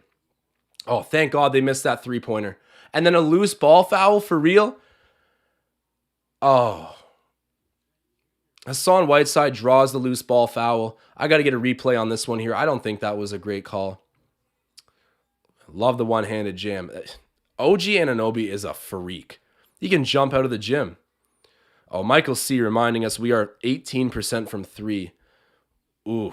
And the Jazz, I think, I just popped up. They're outscoring us in the fast break as well. That can't happen. This team scores in the fast break. Based off the numbers I'm hearing right now, it's surprising that we're only down by 10 right now. But hypothetically, it could even be worse. We are not shooting good splits at the moment. The Raptors defense bails them out a whole lot. Let's see if it can continue to. Pascal reaches in. Utah keeps the ball though. Pascal shoots in the mid-range. That's an ugly shot. Thank God it doesn't go, but a foul called? Oh, no. Gary Trent Jr. is upset with this. He doesn't think he deserves to get a foul there. Nick Nurse is looking perplexed. Yeah, normally Nick Nurse is like blowing up vocally, like yelling at the refs, making his case, stepping out onto the floor. But tonight, in the very bad moments, he's just looked deeply disappointed. Not quite as illustrative as he normally is. Monte Crisco saying, bro, these refs. Graham saying, contact refs. Man, it's that was a bad call. And then after that loose ball foul too, that ain't it. DB saying, where is Gary Trent? He's a little bit of a no-show at the moment. He's only got 2 points. Does he have any defensive stats? He's got 1 block. So if he can get 1 more steal, 1 more block, he does hit that part of my bet. But DB pointing this out, where is Gary Trent Jr. right now? Because he's not showing up too much on the stat sheet, but he still played 20 minutes. Some improvement from him would definitely go a long way to helping this team get a win. Scotty Barnes in the open mid-range, misses it unfortunately, but gets his own rebound over Hassan Whiteside. I gotta love that determination. Goes right back at him and misses the contested layup. Always favoring that right knee. He looked like he might have hurt it a little while ago, and he's favoring it. That's not good news. And Pascal at the other end. Oh, no. Raps call the timeout. They're going to get Scotty Barnes out of there. He might be hurt. I'm just going to pray it's like a bad Charlie horse or something, because I know he's had some issues with his knee, and I think it's the right knee. Oh, man. He's not like completely distressed, but he's feeling it right now. Prayers up for Scotty. Oh, no. Ash G in the chat saying refs got paid. E-transfer received from the Jazz. It must be right now because I cannot put any logic or reason behind some of the calls that were made in the past 2 minutes. Whatever, bro. I'm not even going to try with it. That's tough. And the chat just reacting right now to Scotty Barnes leaving the game with maybe an apparent injury. I'm going to do my best to distract everybody from what just happened out there and remind you that if you have not voted for Fred VanVleet, please do. All of your wildest dreams will come true.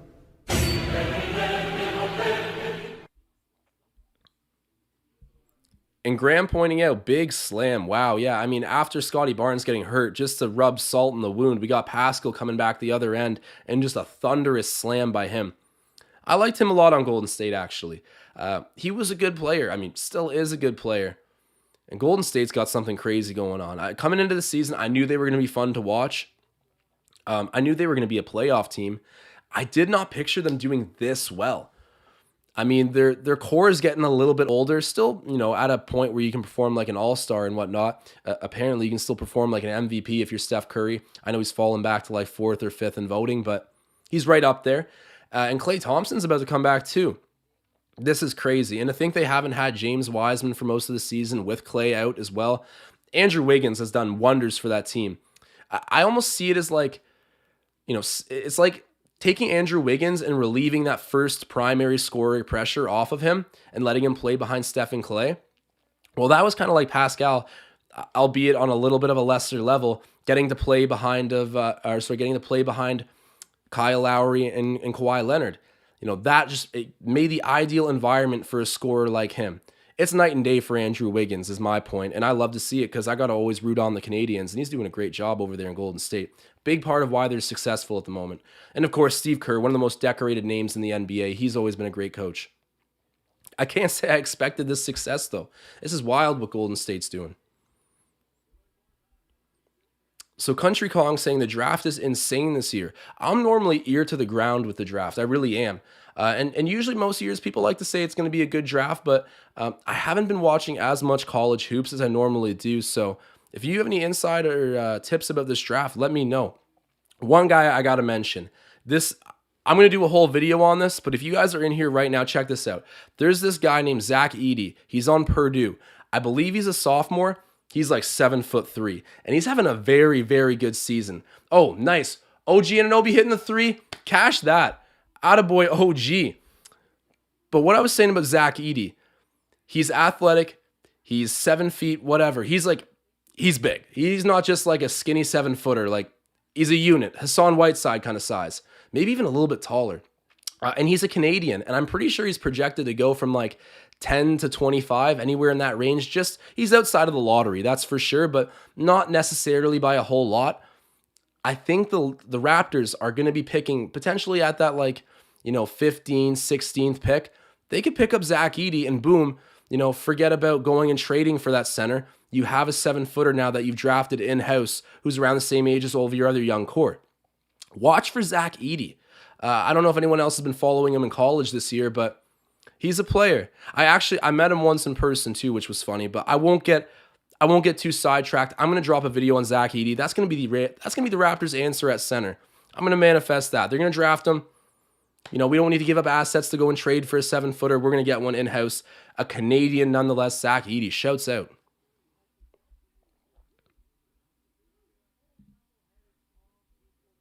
All right, we got Ken Birch at the free throw line right now. Misses the first one. Come on, bro. What are we shooting from the free throw line? This is ridiculous.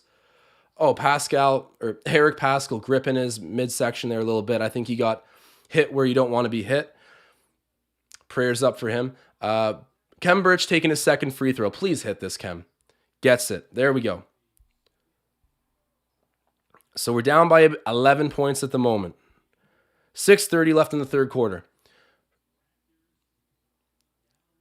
Fred VanVleet playing some hard defense, getting around the pick. And then, that's not good enough. Utah getting the shove shot to fall.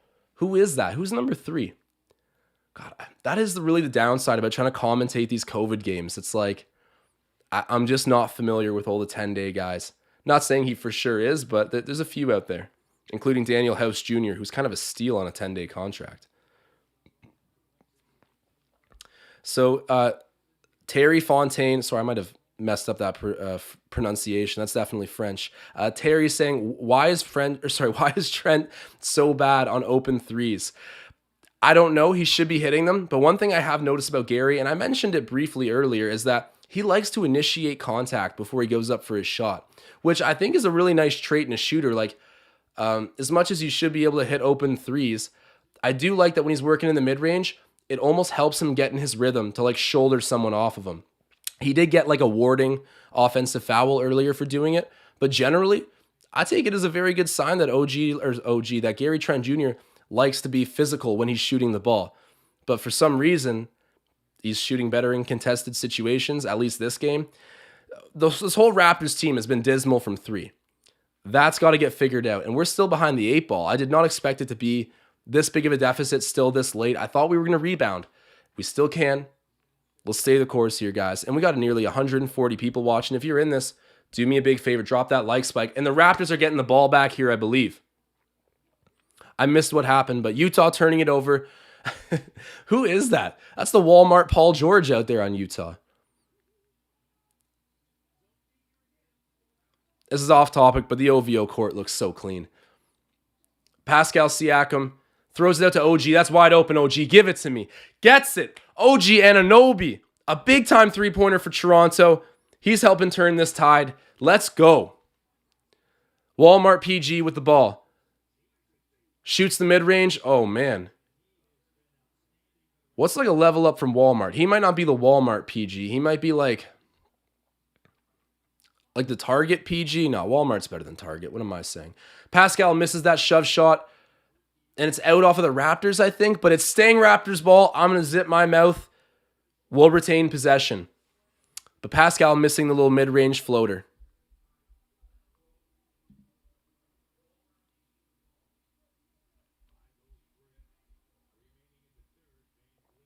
Mystery saying play Svi. I think Svi's still out with COVID protocols. I might be wrong, though. I think he... Oh, wow. What a block. Jeez, Azubuike just rejecting Gary Trent Jr. there. Whoa. That was a big man move right there. Protecting the rim for Utah. Sets the pick as well on OG Anunoby. Hughes shoots the three. Please miss this. Oh my God, he's been good this game. Hughes knocking down the three for Utah. Oh God, why? Why? This shouldn't be happening. This doesn't make sense. The entry pass to Siakam, that goes off of the shoe of an... Yeah, that's out off of Utah. Come on now. No. No. Come on, Pascal. Plead your case. He's doing the right thing right now. Get a review on that if not. These possessions are so critical. We're fighting back from 14-point deficit. That just happens so quick. Bro. Justin saying, bro, just turn the game on. What are we doing? Down 10 to a Utah team with nobody good playing. Okay, there we go. Answering is Fred VanVleet. Okay, I didn't see you got that bucket, but Freddie V, I assume scoring that one for the Raptors. Good stuff. We got to answer. And then, oh, thank God Hughes missed that. He was wide open too. A little bit of a deep three, but just completely uncontested. Fred VanVleet shoots it. Oh, that was gorgeous. You're going to see that one on SportsCenter. Fred VanVleet shedding his defender, jacking up the three and hitting it. All right, Freddie V. Turn that tide from beyond the arc. Let's go. Daniel House Jr. pump fakes, gets the open look, misses it, and then is rebounded by Siakam. That was a good rebound. Underrated rebound by Pascal, getting it dirty. That's what I love to see from him. And then Fred VanVleet, he's going coast to coast and gets fouled. All right, man, I got to spread this propaganda. If you vote for me, all of your wildest dreams will come true.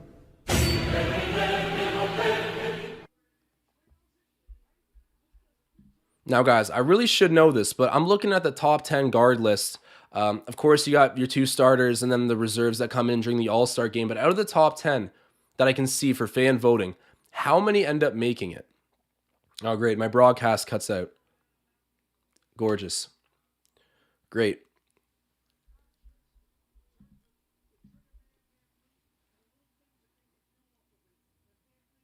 All right, Fred VanVleet. I don't know what happened with that first free throw there.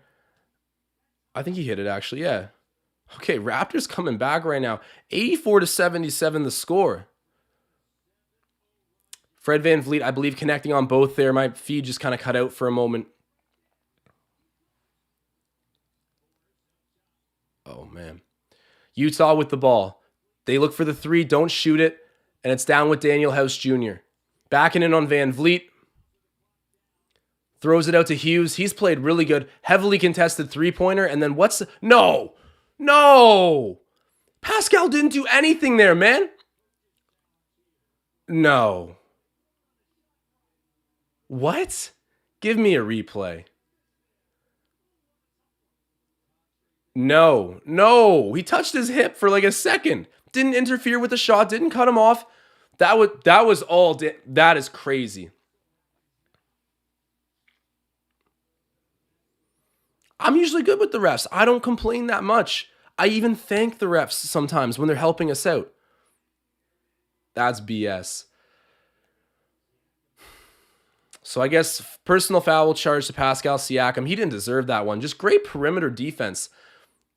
Like, bro, we're already behind on the scoreboard. You don't need to just bury us with unnecessary fouls. Like, I get it. The refs sometimes officiate according to the score, which isn't a good practice to be in.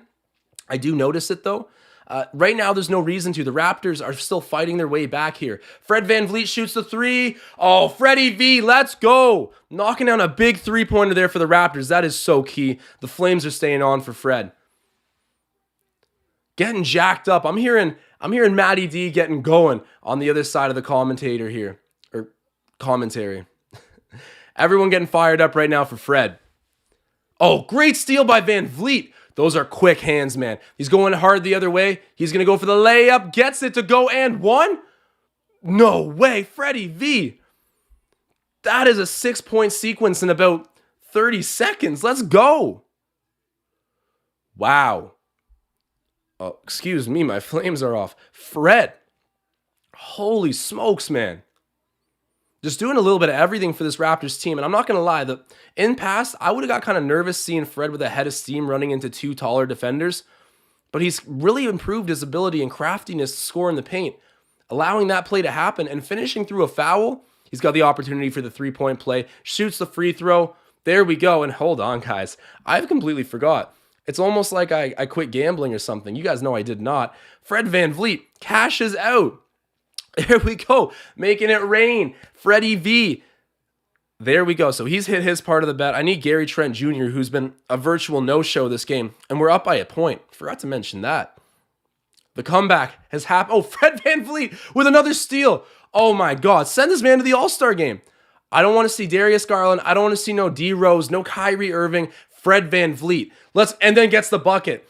Put LaMelo Ball on that list too. I don't want to see any of them. Fred VanVleet. He deserves that spot. Let's go. Defense, offense, whatever you need. The man's 6 foot tall. It doesn't matter. He was blocking Sandro the other night on the Bucks, like making plays all over for this Raptors team. Utah misses the three. It's tapped out of bounds. I think the Raptors touched that last, but what are the refs ruling? They rule it Utah ball. But good defense right now. That's improved. But I got to say the big difference here is just the Raptors making shots.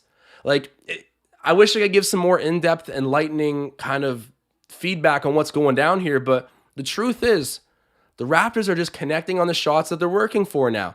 That was not happening whatsoever throughout that first half, but Fred VanVleet, both ends are dialed in for him at the moment. I'm loving it.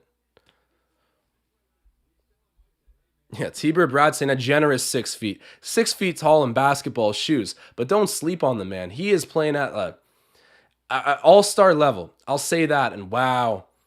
Daniel House Jr. Good contest by Freddie, but connects on a three. He'll do those. He's a good shooter. Oh, Fred VanVleet slicing it up with the dribble and then scoring the layup. Bro. Fred. Calm down, young man. He's playing great. No other way to put it. He's playing great. I believe the score is tied at 87 at the moment. It ends up with House Jr.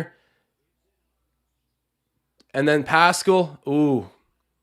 He elevates on those dunks. For a big guy, I mean, when I say big, obviously he's tall, but he's got some weight on that frame. He can get some hang time.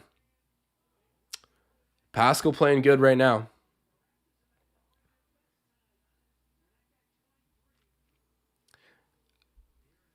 OG Anunoby to Chris Boucher. And there we go. We're lucky. He gets fouled there. I missed it kind of. It looked like it might have been a clean defensive play, but I'm zipping it again. Chris Boucher, he's going to be shooting 2 at the free throw stripe. And then Fred VanVleet, bringing the guys into a huddle right now. Just every kind of leading by example on both ends, verbally, defensively, offensively. I mean, this is his team.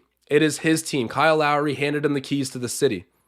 Chris Boucher, good job. Hits his first free throw. You know, I'm going to put on the Flames for free throws because it's been that ugly tonight. Come on, give me the second one, Chris. There we go. Hitting both free throws. We need that. 91-89, the current score right now. Thank God the Raptors fought back and we're back up. This is great. Almost the fourth quarter here. Final seconds. Oh, Fred VanVleet with a big-time block. He's doing everything defensively. And then Chris Boucher. Oh, gorgeous, man. Absolutely gorgeous. In transition, finding Chris with a nice bounce pass. It's defense, offense. Defense, offense. Defense, offense. It's simple mathematics. And it equals success. That's what the Raptors are experiencing right now. Hey, and there we go. Hyping up the moment right now is my guy Marcel Martin saying, I see the tone of the chat has changed. Guys, I can't even attest to that because I got my eyes locked on this game right now. Unfortunately, Utah hitting the 3 there. Hughes. My God, he's having a game. But shouts out Marcel Martin for dropping a super chat. Oh, no. Was that Fred? Fred VanVleet, man. I haven't been freaking out on a live stream like this in a long time. But Fred, and then the steal? No way. Guys, I'm in awe right now. We're experiencing greatness. I know that greatness is a relative term, but appreciate this. This is like early Kyle Lowry, but even kind of like better at defense. There's no need to give these kind of comparisons here, but I'm feeling passionate and just thrilled about what I'm watching. Crazy. Fred VanVleet, instant offense, instant defense, and just never-ending leadership. Holy smokes. All right, guys, like I said, I have a bunch of different gadgets and gizmos hooked up to the laptop right now.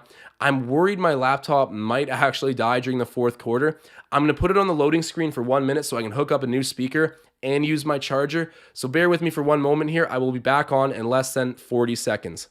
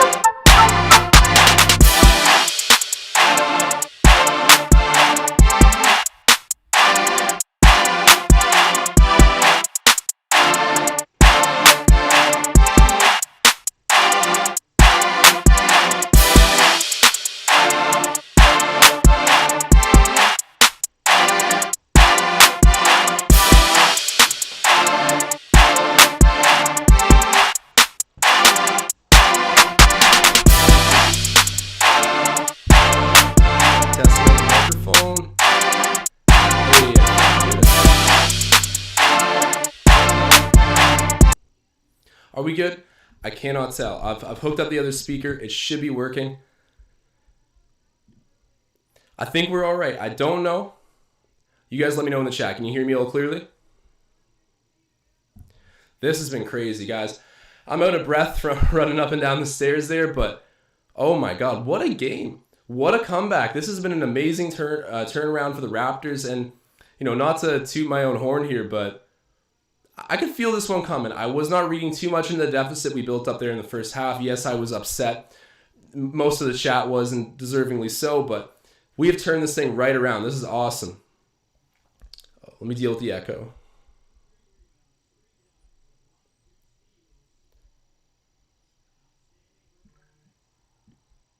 All right, I think the echo should be good now. There we go. Apologies for that, guys. I think the echo is solved, but thank you for letting me know in the chat. I appreciate it.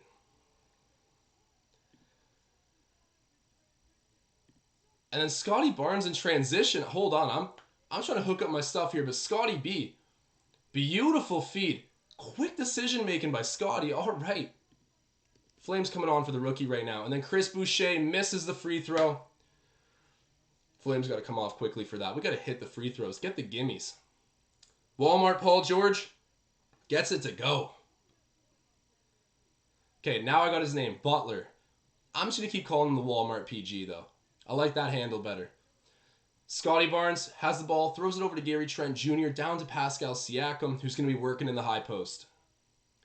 Throws it to Precious Achiuwa. Come on, Precious. Prove Tom Moreau and I wrong. Put up something nice in the mid-range. Slips, gets it back, throws it back out to Scotty Barnes, shoots the three. Oh, that would have been electric. Misses it. And then Utah outlets it up the floor. They shoot the three, miss that one as well, and Siakam's there to rebound it. I don't know how many rebounds Siakam has, but he's gotten some pretty pivotal boards. I mean, overall, just playing a good game. Pascal throws it down to Gary in the corner. He shoots the three. That's contested, but he misses it. Usually having a hand in his face helps, but Gary needs to feel contact on his shoulder before he's ready to get a bucket. I don't know why. He's a physical offensive player. I kind of love it, but great disruption there on defense by Pascal. Gets the ball from the Walmart PG. We come the other way, and then Gary Trent Jr. is there to lay it up. Let's go. Defense to offense. Defense to offense. That's the video. And here we go. Walmart PG comes back the other way. Throws it down to Daniel House, who throws it to Hughes. He's been electric, and no doubt about it, bro. It's going hot to cold right now because that was a cold shot by Hughes. Is he a regular player for the Jazz? I really don't think so. He might be on a 10-day for all I know. I certainly didn't know who he was. Elijah Hughes. Tonight he's playing great. I'm going to take the ice off. The Raptors got to stay hot. Siakam. There we go. Getting the layup to fall. Spicy P doing his job tonight. I mean, he's been doing his job consistently for like the past stretch now. Great stuff from Pascal. He's answered the bell, and I love to see it. Oh, we end up fouling the Jazz. I think that's House Jr. He's kind of holding his hand there. Might have got hurt, but he's going to be shooting 2 free throws. Hey, hold on now. We got another super chat. My apologies. Getting to this one a little bit late, but Marcel Martin saying, hey, we're listening to Marcel's Minute. They got it to Spicy P, man, and he's been doing great. Marcel, you are definitely correct. Your hot takes are always on point, and Pascal Siakam's been delivering here in the second half, along with really everybody else, but Fred VanVleet. My God. He's just on a whole new level. But shouts out Marcel Martin, the legend as always, dropping a super chat. So much appreciated. Daniel House Jr. at the free throw stripe. And here comes Azubuike, another player who I did know about before tonight, just because of his 7-footer presence, and he's a pretty mean defensive player. I saw some special stats about him. I don't know much about his game other than the fact that he's kind of a beast on the block. But you look at him and you can tell that's the brand he's playing. Mustafa saying, Fred is my GOAT. And then Marcel Martin saying, we'll win this game tooth and nail. Let's go, man. We dug in, clawed back. It's time to execute now. Gary Trent Jr. Better late than never. I'll take it. Knocking down the three, dead straight away. Cashes it. Does he have his defensive stats yet? Let me see. Gary Trent Jr. Oh, what a treat. He does have his defensive stats. I didn't even notice. Guys, that means the parlay hits. That's over triple your money back. Oh, and then almost gets the steal. They pass it back. Chris Boucher intercepts it. Great defense by Chris and Gary. And then Gary throws the alley-oop to nobody, but Pascal grabs it in the post and gets the shot to go. Hey, I almost said it without even noticing this, but JG, he's stealing the words right out of my mouth. He's saying, let's go. Dropping the super chat. Shout out to JG. Same initials as me and everything. I mean, we are rolling right now. My God. We got almost 200 people in here. If you guys are watching, do me a favor. Keep the good vibes and the good energy going. Drop a like spike. Get this video re-recommended. Let's get every Raptors fan in here cheering on this team, man. It's been awesome vibes. First half, what's that meme? I ain't gonna lie. They had us in the first half. They did. But we've answered in a grand way, and it's just been an absolute joy to watch. Fred's yes, we're young, we're inexperienced, but the demeanor of Fred VanVleet, you can't count that man out. And you can't count out the kind of ripple effect he'll have on a team. He's so level-headed. Sometimes seeming borderline grouchy, but you would say the same thing about Kawhi. And that man's got his respect, and so does Fred VanVleet. He needs to be an all-star. I'm going to keep spreading that If you propaganda. vote for me, all of your wildest dreams will come true.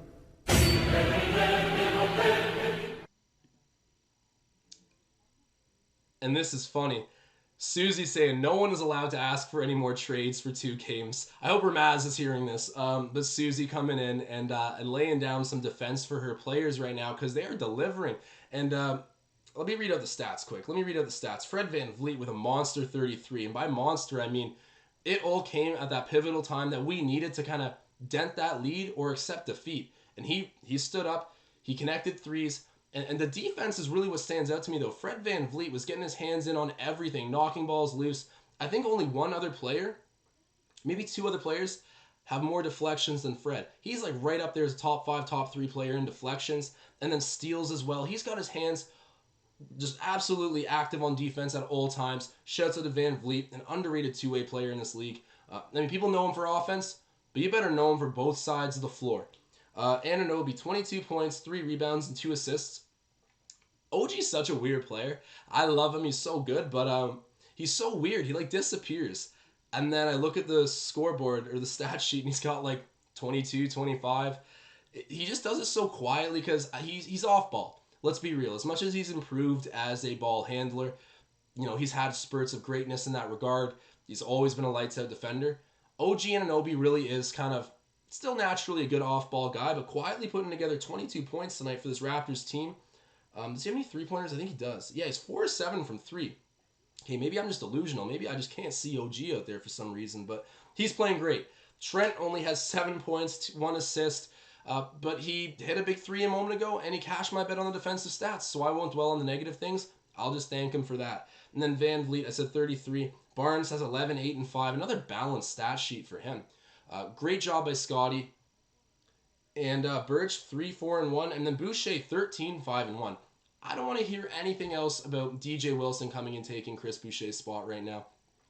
He's not the guy that would be replaced. But shouts out to DJ Wilson, low-key my favorite player on this team. And we got Marcel Martin just making the super chats rain right now. He's saying Fred has made the 3rd most threes this season. 40%. Boom! Take that in. Marcel Martin, the analytics guy, coming at you with a powerful stat that reminds you why Freddie V should be an all-star. Gary Trent Jr. has it, gives it back to Barnes. Barnes throws it into Pascal, who's in the high post, guarded by Azubuike, tries to use some speed to get around him, and gets it to go. Spicy P, man, he deserves his flames. Turning up the heat. Hey, and if you guys are watching this right now, let's turn up the heat in the chat. Drop that like spike. You guys are the best. Pascal sets the pick.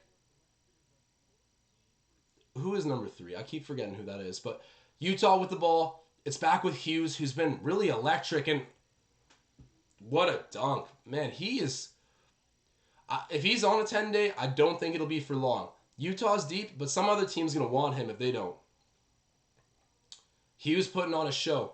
That is Elijah Hughes. And then Pascal Siakam, the pump fake to the move, doesn't get the basket, but I believe he's fouled. Good job by Pascal. This is awesome. We're done settling. I know that if you have an open 3, you shoot it, but you know we weren't hitting them. That's the reality of it. We weren't making much of an effort to penetrate the paint and look for easy buckets close to the rim. We were just saying, hey, if you're going to leave us open from 3, we'll shoot it. We weren't connecting, but now that we're driving in the paint, getting fouled a little bit more, importantly hitting our free throws, it's kind of spaced out the floor a little bit more, gotten us some more interior offensive presence, and I mean the threes have returned. It's balanced out a little bit as it should. We should not be shooting 19% for the whole game like we were in the first half. It's the same story as the Bucks game, man. I got deja vu right now. Pascal Siakam hits his first free throw. Here comes his second. Thank God Elijah's getting out of the game. Elijah Hughes sitting down for the Jazz right now. Is he in personal foul trouble? I would imagine so, because otherwise you'd want him out there right now. It's the 4th quarter. Oh, and that's out off of the Jazz, even though Pascal misses it. There we go. Raptors holding on to the ball right now.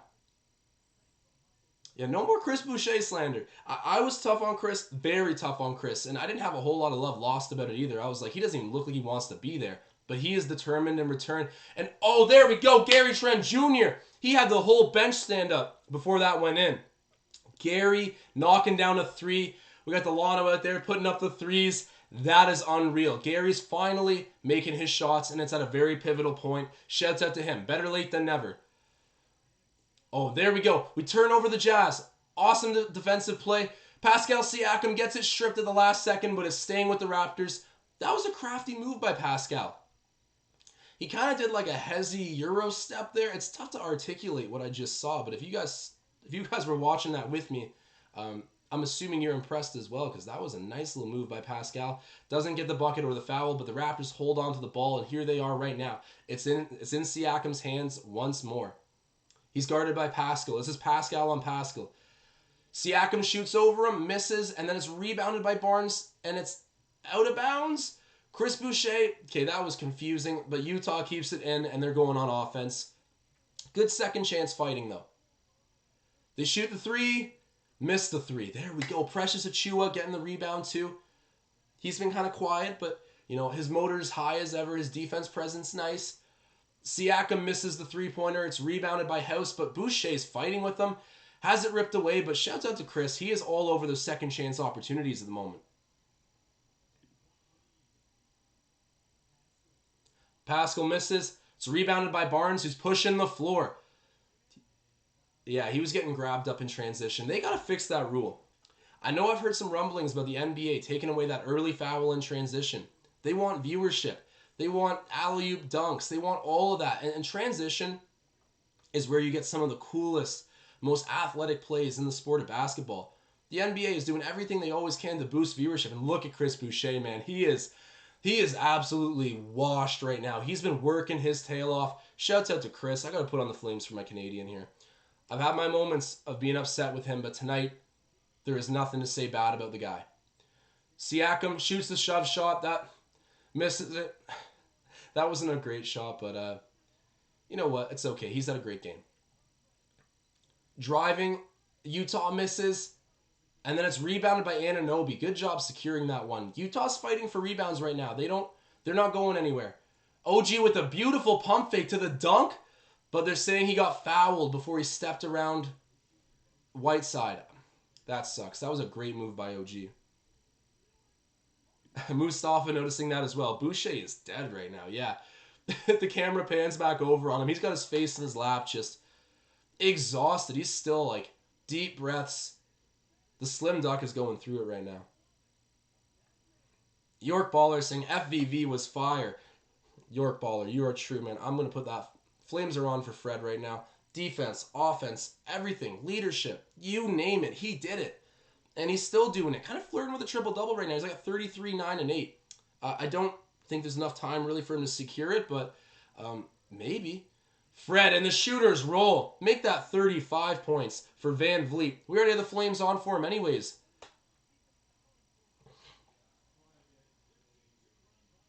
Wow, 13-2 run by Toronto at the moment.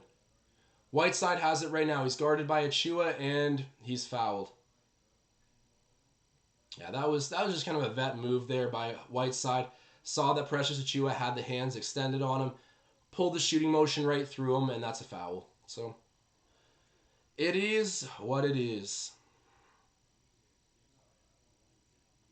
Let me remind you guys, Fred Van Vliet, If you vote for he me, is an all-star. all of your wildest dreams will come true.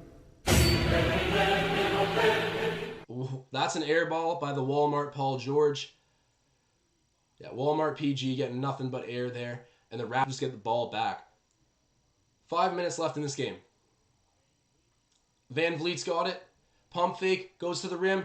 Oh, turns it over, trying to find Gary Trent Jr. in the corner. Utah's bringing it back on offense right now.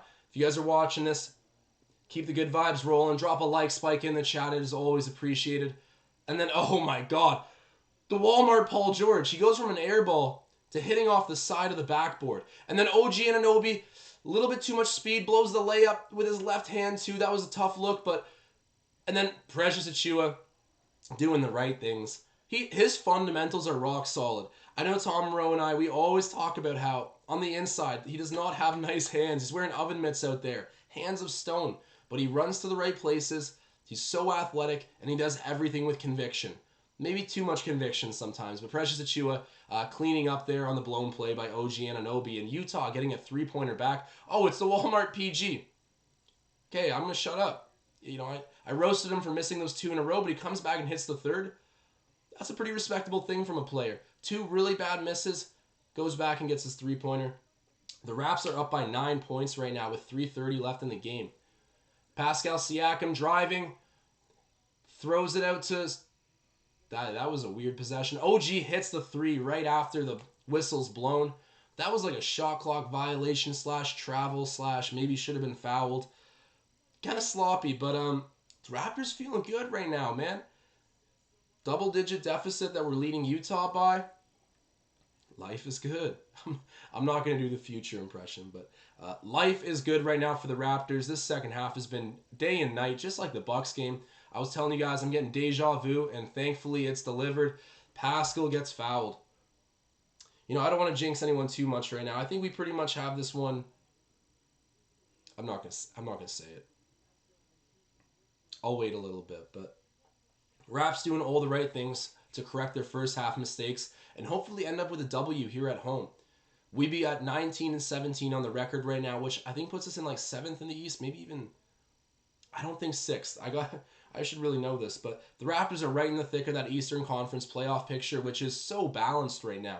The free agency that the Eastern Conference had, I mean, you see what the Bulls are up to. They're the number 1 seed in the East, but a bunch of teams improving. I still stand by what I said on last stream that the top end power is still in the Western Conference. I mean, I almost said the Lakers. Whoops. Golden State, Phoenix, even Utah. These are powerhouses, absolute wagons. And I don't think the East has a ton of teams like that, but they got way more competitiveness from top to bottom. It's a harder regular season schedule these days. I'm going to say that. John Doe saying, Josh, shut it with the jinxes, LOL. There's always going to be a handful of superstitious people out there. And you know, I kind of pick and choose my times to be superstitious, but I'll keep it zip for now. I think the Raptors are doing all the right things, but 3:18 left in the game. Country Kong saying Walmart PG, aka Jared Butler, can play. He can. As much as I've been roasting him, he can, for sure. A lot of these guys in the 10 days, Elijah Hughes, like, whoa. I think Zabuki, or Izabuki, I'm pronouncing it wrong. That's my bad there. But Zabuki is, I think, a rostered player with them. He's not on a 10-day, but he's kind of looked interesting. I wouldn't say, like, highly effective, but he's young, so an interesting prospect. This guy has got the next level difference maker size of a Hassan Whiteside, and I've heard he's a great rim protector. I've seen clips of him from college. This is a familiar name to me. I've definitely seen him play, but just not a very in-depth read on how he's been in the NBA. I mean, Utah's so deep that you're just not likely to have him out there very often. But tonight, they've needed him, and he looked okay. I'll shout him out as well. But the Raptors are stealing the show. Fred VanVleet. I'll do it one more time. I'm sorry, guys. I know I'm annoying you with this, but If you vote Fred for VanVleet me, is an all-star. all of your wildest dreams will come true.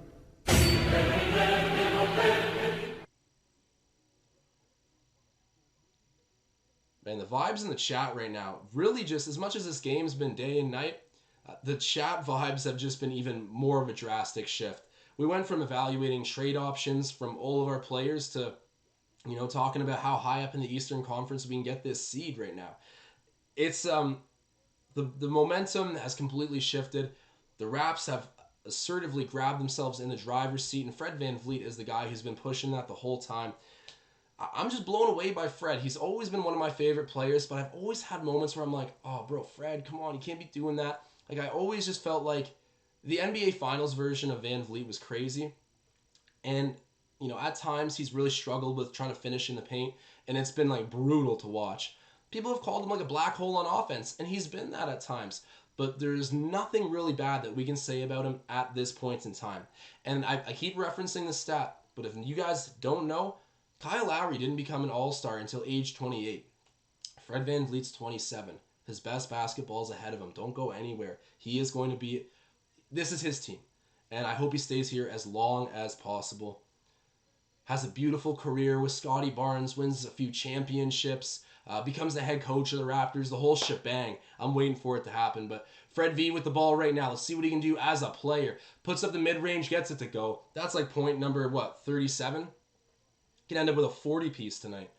Fred VanVleet, he's not leaving it up to the fans. He's not leaving it up to the NBA committee. He's going there and making sure that you can't ignore the stats. He's supposed to be an all-star.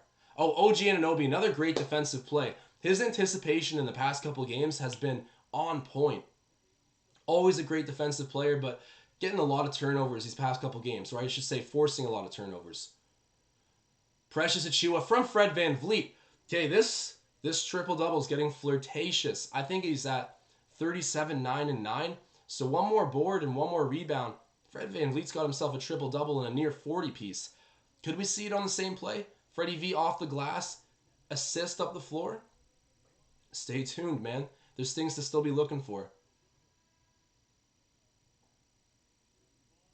Someone in the chat saying Dragic to the All-Star game. That's Monte Cristo. Yeah. Okay, apparently one more assist, actually. Freddie already has... I think the chat's saying Fred already has 10 rebounds, so we're waiting on a single assist here. No pressure, guys. Make your shots. All right, let's see. I'm going to put on the Flames for Fred right now. I'm going to get the momentum cooking.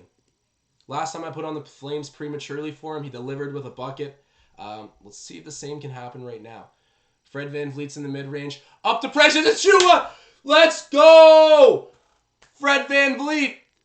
All-star that man. A triple-double. The win. Oh, there we go. And Marcel Martin. Drop in the super chat. Fred is putting the best argument for All-Star. He is. You cannot ignore this man. You know, I said it earlier. I don't want to hear anything about Darius Garland. No Derrick Rose. No Kyrie Irving. And I don't even want to hear about LaMelo Ball anymore. He belongs in the All-Star game, and none of those names should rob him from it. Fred VanVleet helping this team to what's going to be a 19-17 record. Just doing everything. A generous 6 feet tall. In basketball shoes, he's 6 feet tall. He's not the most athletic guy in the world, but the IQ, off the charts. The desire, off the charts. And his work ethic has given him such a great skill set. I mean, this is not something that just happened overnight. Fred VanVleet's worked, and he's making the best All-Star case he possibly can right now, sitting down comfortably knowing he's recorded a triple-double, and more importantly, led his team to a victory that, you know, quite frankly, should never have been in jeopardy, but it was him who stepped up and really reiterated that message. Man, Freddie V.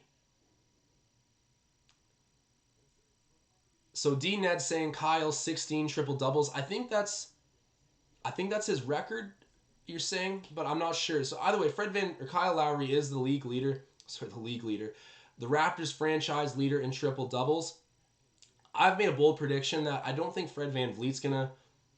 maybe he will pass Lowry, but our triple-double leader in a few years, it's going to be Scotty Barnes. I could see Scotty Barnes getting like 20 triple-doubles in a season. Oh, maybe that's aggressive. But you get the point here that Scotty Barnes will eventually be our triple-double leader. But we have a lot of time to appreciate him. Let's appreciate Fred right now. Shouts out to him for the triple-double. And Svi Mikhailuk is healthy, actually. He is in the game right now. We've emptied the benches. Precious Achiuwa, nice block there on Pascal. Even down into these last few seconds, we are seeing some fun basketball. Precious Achiuwa with the defense to the offense. Gets it to go. And one. Did that go... I think the Jazz are trying to say that went through the bottom of the basket and then through. I'm not going to lie. It might have. That was kind of a wild-looking shot. But let's see. We're getting the replay here.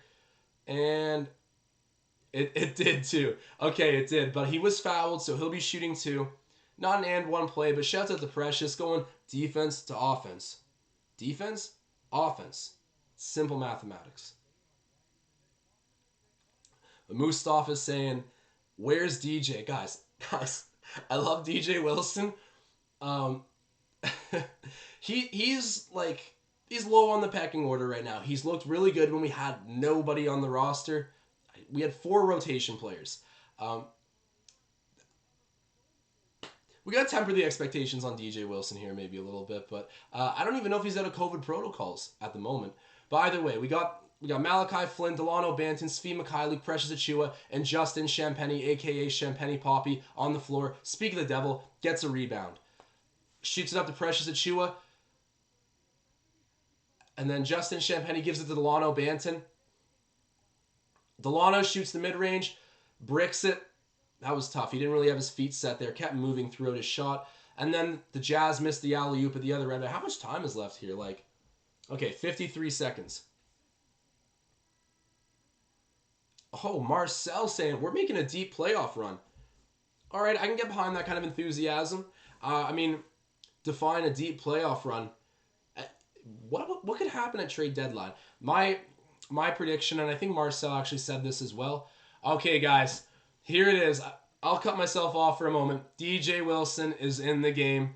I haven't ordered my DJ Wilson jersey yet, but he is checked in, and things are alive and well in the DJ Wilson fan base. Malachi Flynn with the ball right now. I mean, give it to DJ. Give the people what they want to see. Malachi cuts in. Throws it to DJ. Wilson throws it to Banton, who's open for the three. Just misses, and it's rebounded by Champagny. Awesome play by Justin. And then, Banton struggling with his offensive touch. Contested layup, but doesn't get it to go. It was with his left as well. And then Utah misses the first shot, but then ends up getting the putback. I just want to see one more. Okay, 16 seconds. I think we're just going to run out the clock here. But DJ Wilson getting in for a quick minute there, beating a defender, crashing to the net, and then ends up shooting the ball over to the corner where Delano Banton was open. So he had the opportunity to get an assist. I mean, he touched the ball and made a play. Delano Banton didn't get the bucket to go. But DJ Wilson, we had an appearance at full health. Pretty cool. Pretty neat. So, guys, this was an awesome game. We almost have 200 live viewers in here right now. So, if you guys are watching this, do me a favor before you take off, before you do anything really, and drop a like spike. This was so much fun. This was an awesome game. 122 to 108 the final score. Who would have thunk? In the first half, things looked terrible. And oh man, I never placed that halftime money line bet. I was trying to, and then the odds weren't loading fast enough. I could be a rich man right now, but instead I'm just left with the feeling of a W, which is better than any kind of gamble. I mean, my bets are one thing, which we ended up hitting on tonight, actually, if you look at my parlay below. But before I get to that, Marcel Martin, once again, throwing around the hammer out here. This is reminiscent of when Kyle brought us back versus the Mavericks. Holy, that was the 30-point deficit game where Kyle Lowry was just going off, and it wasn't that crazy of a deficit, but I'm getting the same vibes as Marcel right now. This was Kyle Lowry. This was Fred VanVleet putting the team on his back and doing it at both ends of the floor and just being the visible, emotional leader of what was going on tonight. He turned the tide completely. I got to give Nick Nurse some credit because there was many times where I thought he might actually drop dead of a heart attack on the court that first half, but he kept composed. He didn't blow up too much. Oh wow, 24 points in the third quarter for Fred VanVleet.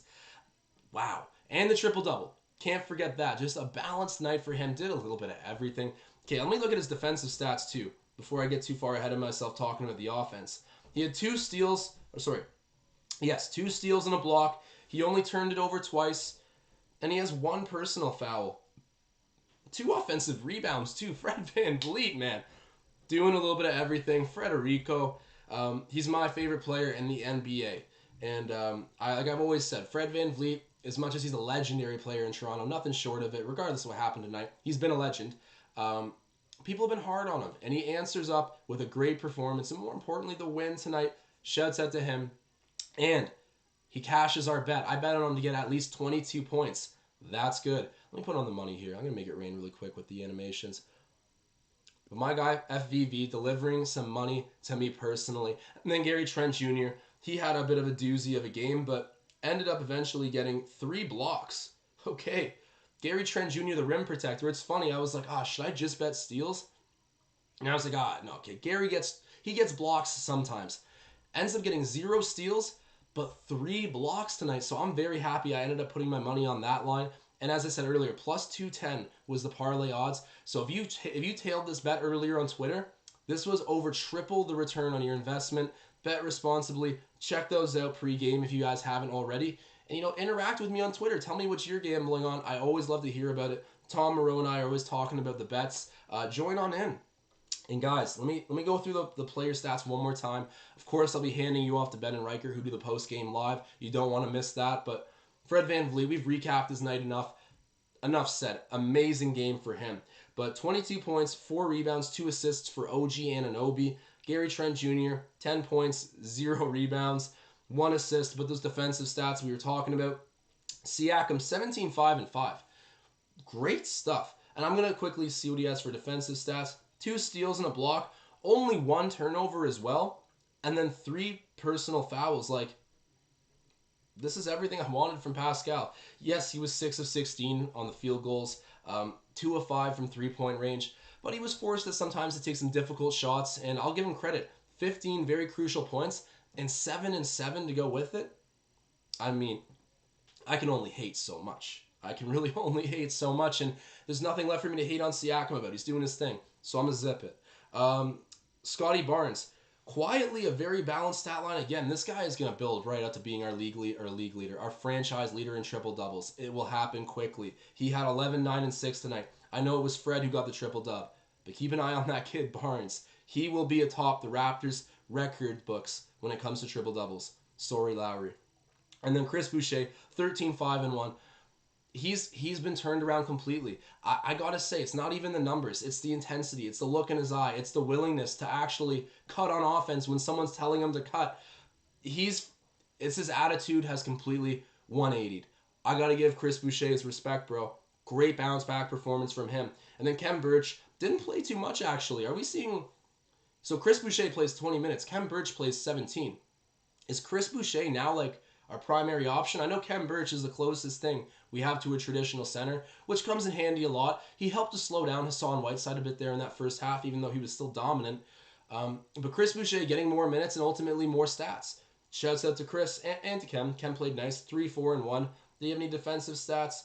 No, he did not. Yeah, so relatively quiet for Kem, but still I did notice him out there making things a little bit more difficult with Hassan Whiteside there in the paint. And then Achua, 9, 5, and then 0 assists. But he was 4 7 from the field goals, from the floor. And he missed his only three-pointer that he ended up taking. Had a steal and a block, though, as well. No turnovers. Precious Achua, it's all the motor. He has the oven mitts for hands. He's not great at finishing those little, the float shots, the shove shots. He doesn't have those soft Serge Ibaka, raindrop kind of shots. He's not there yet. He's not... I'm thinking about Brandon Clark and how amazing he is on his floater. That's just like a polar opposite example. I don't know. I was thinking floater. Brandon Clark just came to my head. Shouts out the Canadian. But Precious Achua, he's got stone hands. He can still shoot threes kind of nice for someone at his position, but the motor is really what keeps him going. And I love this kid. I think he's going to be the backup center for us for the very foreseeable future. I think he'll be like Serge Ibaka, honestly. And guys, that's kind of my recap here. DJ Wilson did get in at the end. Let me put on the flames for my guy, DJ Wilson. I was a little hard on him, tempering expectations. I'm still going to tell you guys, I don't see many players on this roster that DJ Wilson, I think, long-term would be replacing. But let's keep the good times rolling with DJ. He's here, he's doing well, and he's on a re-upped 10-day contract. Everyone's going to be happy. You know that meme. Everyone liked that. And guys, if you haven't liked this video yet, do me a favor and drop the like spike because we're near signing off and I want to keep growing these streams. You guys have already helped out so much. You're what makes this the production that it is. And I apologize too if maybe I've missed anything in the chat, like personal questions. Susie saying thanks for hosting, Josh. Have a great night, everyone. Just good vibes in the chat. No worries at all. Tom Duke saying well done, Josh. The compliments always feel good, guys, but this thing is not what it is without you. So thank you so much. And next game, I'm excited to get right back at it. But until that time, go enjoy Ben and Riker's post game. I'll be in there as well. I'm signing off.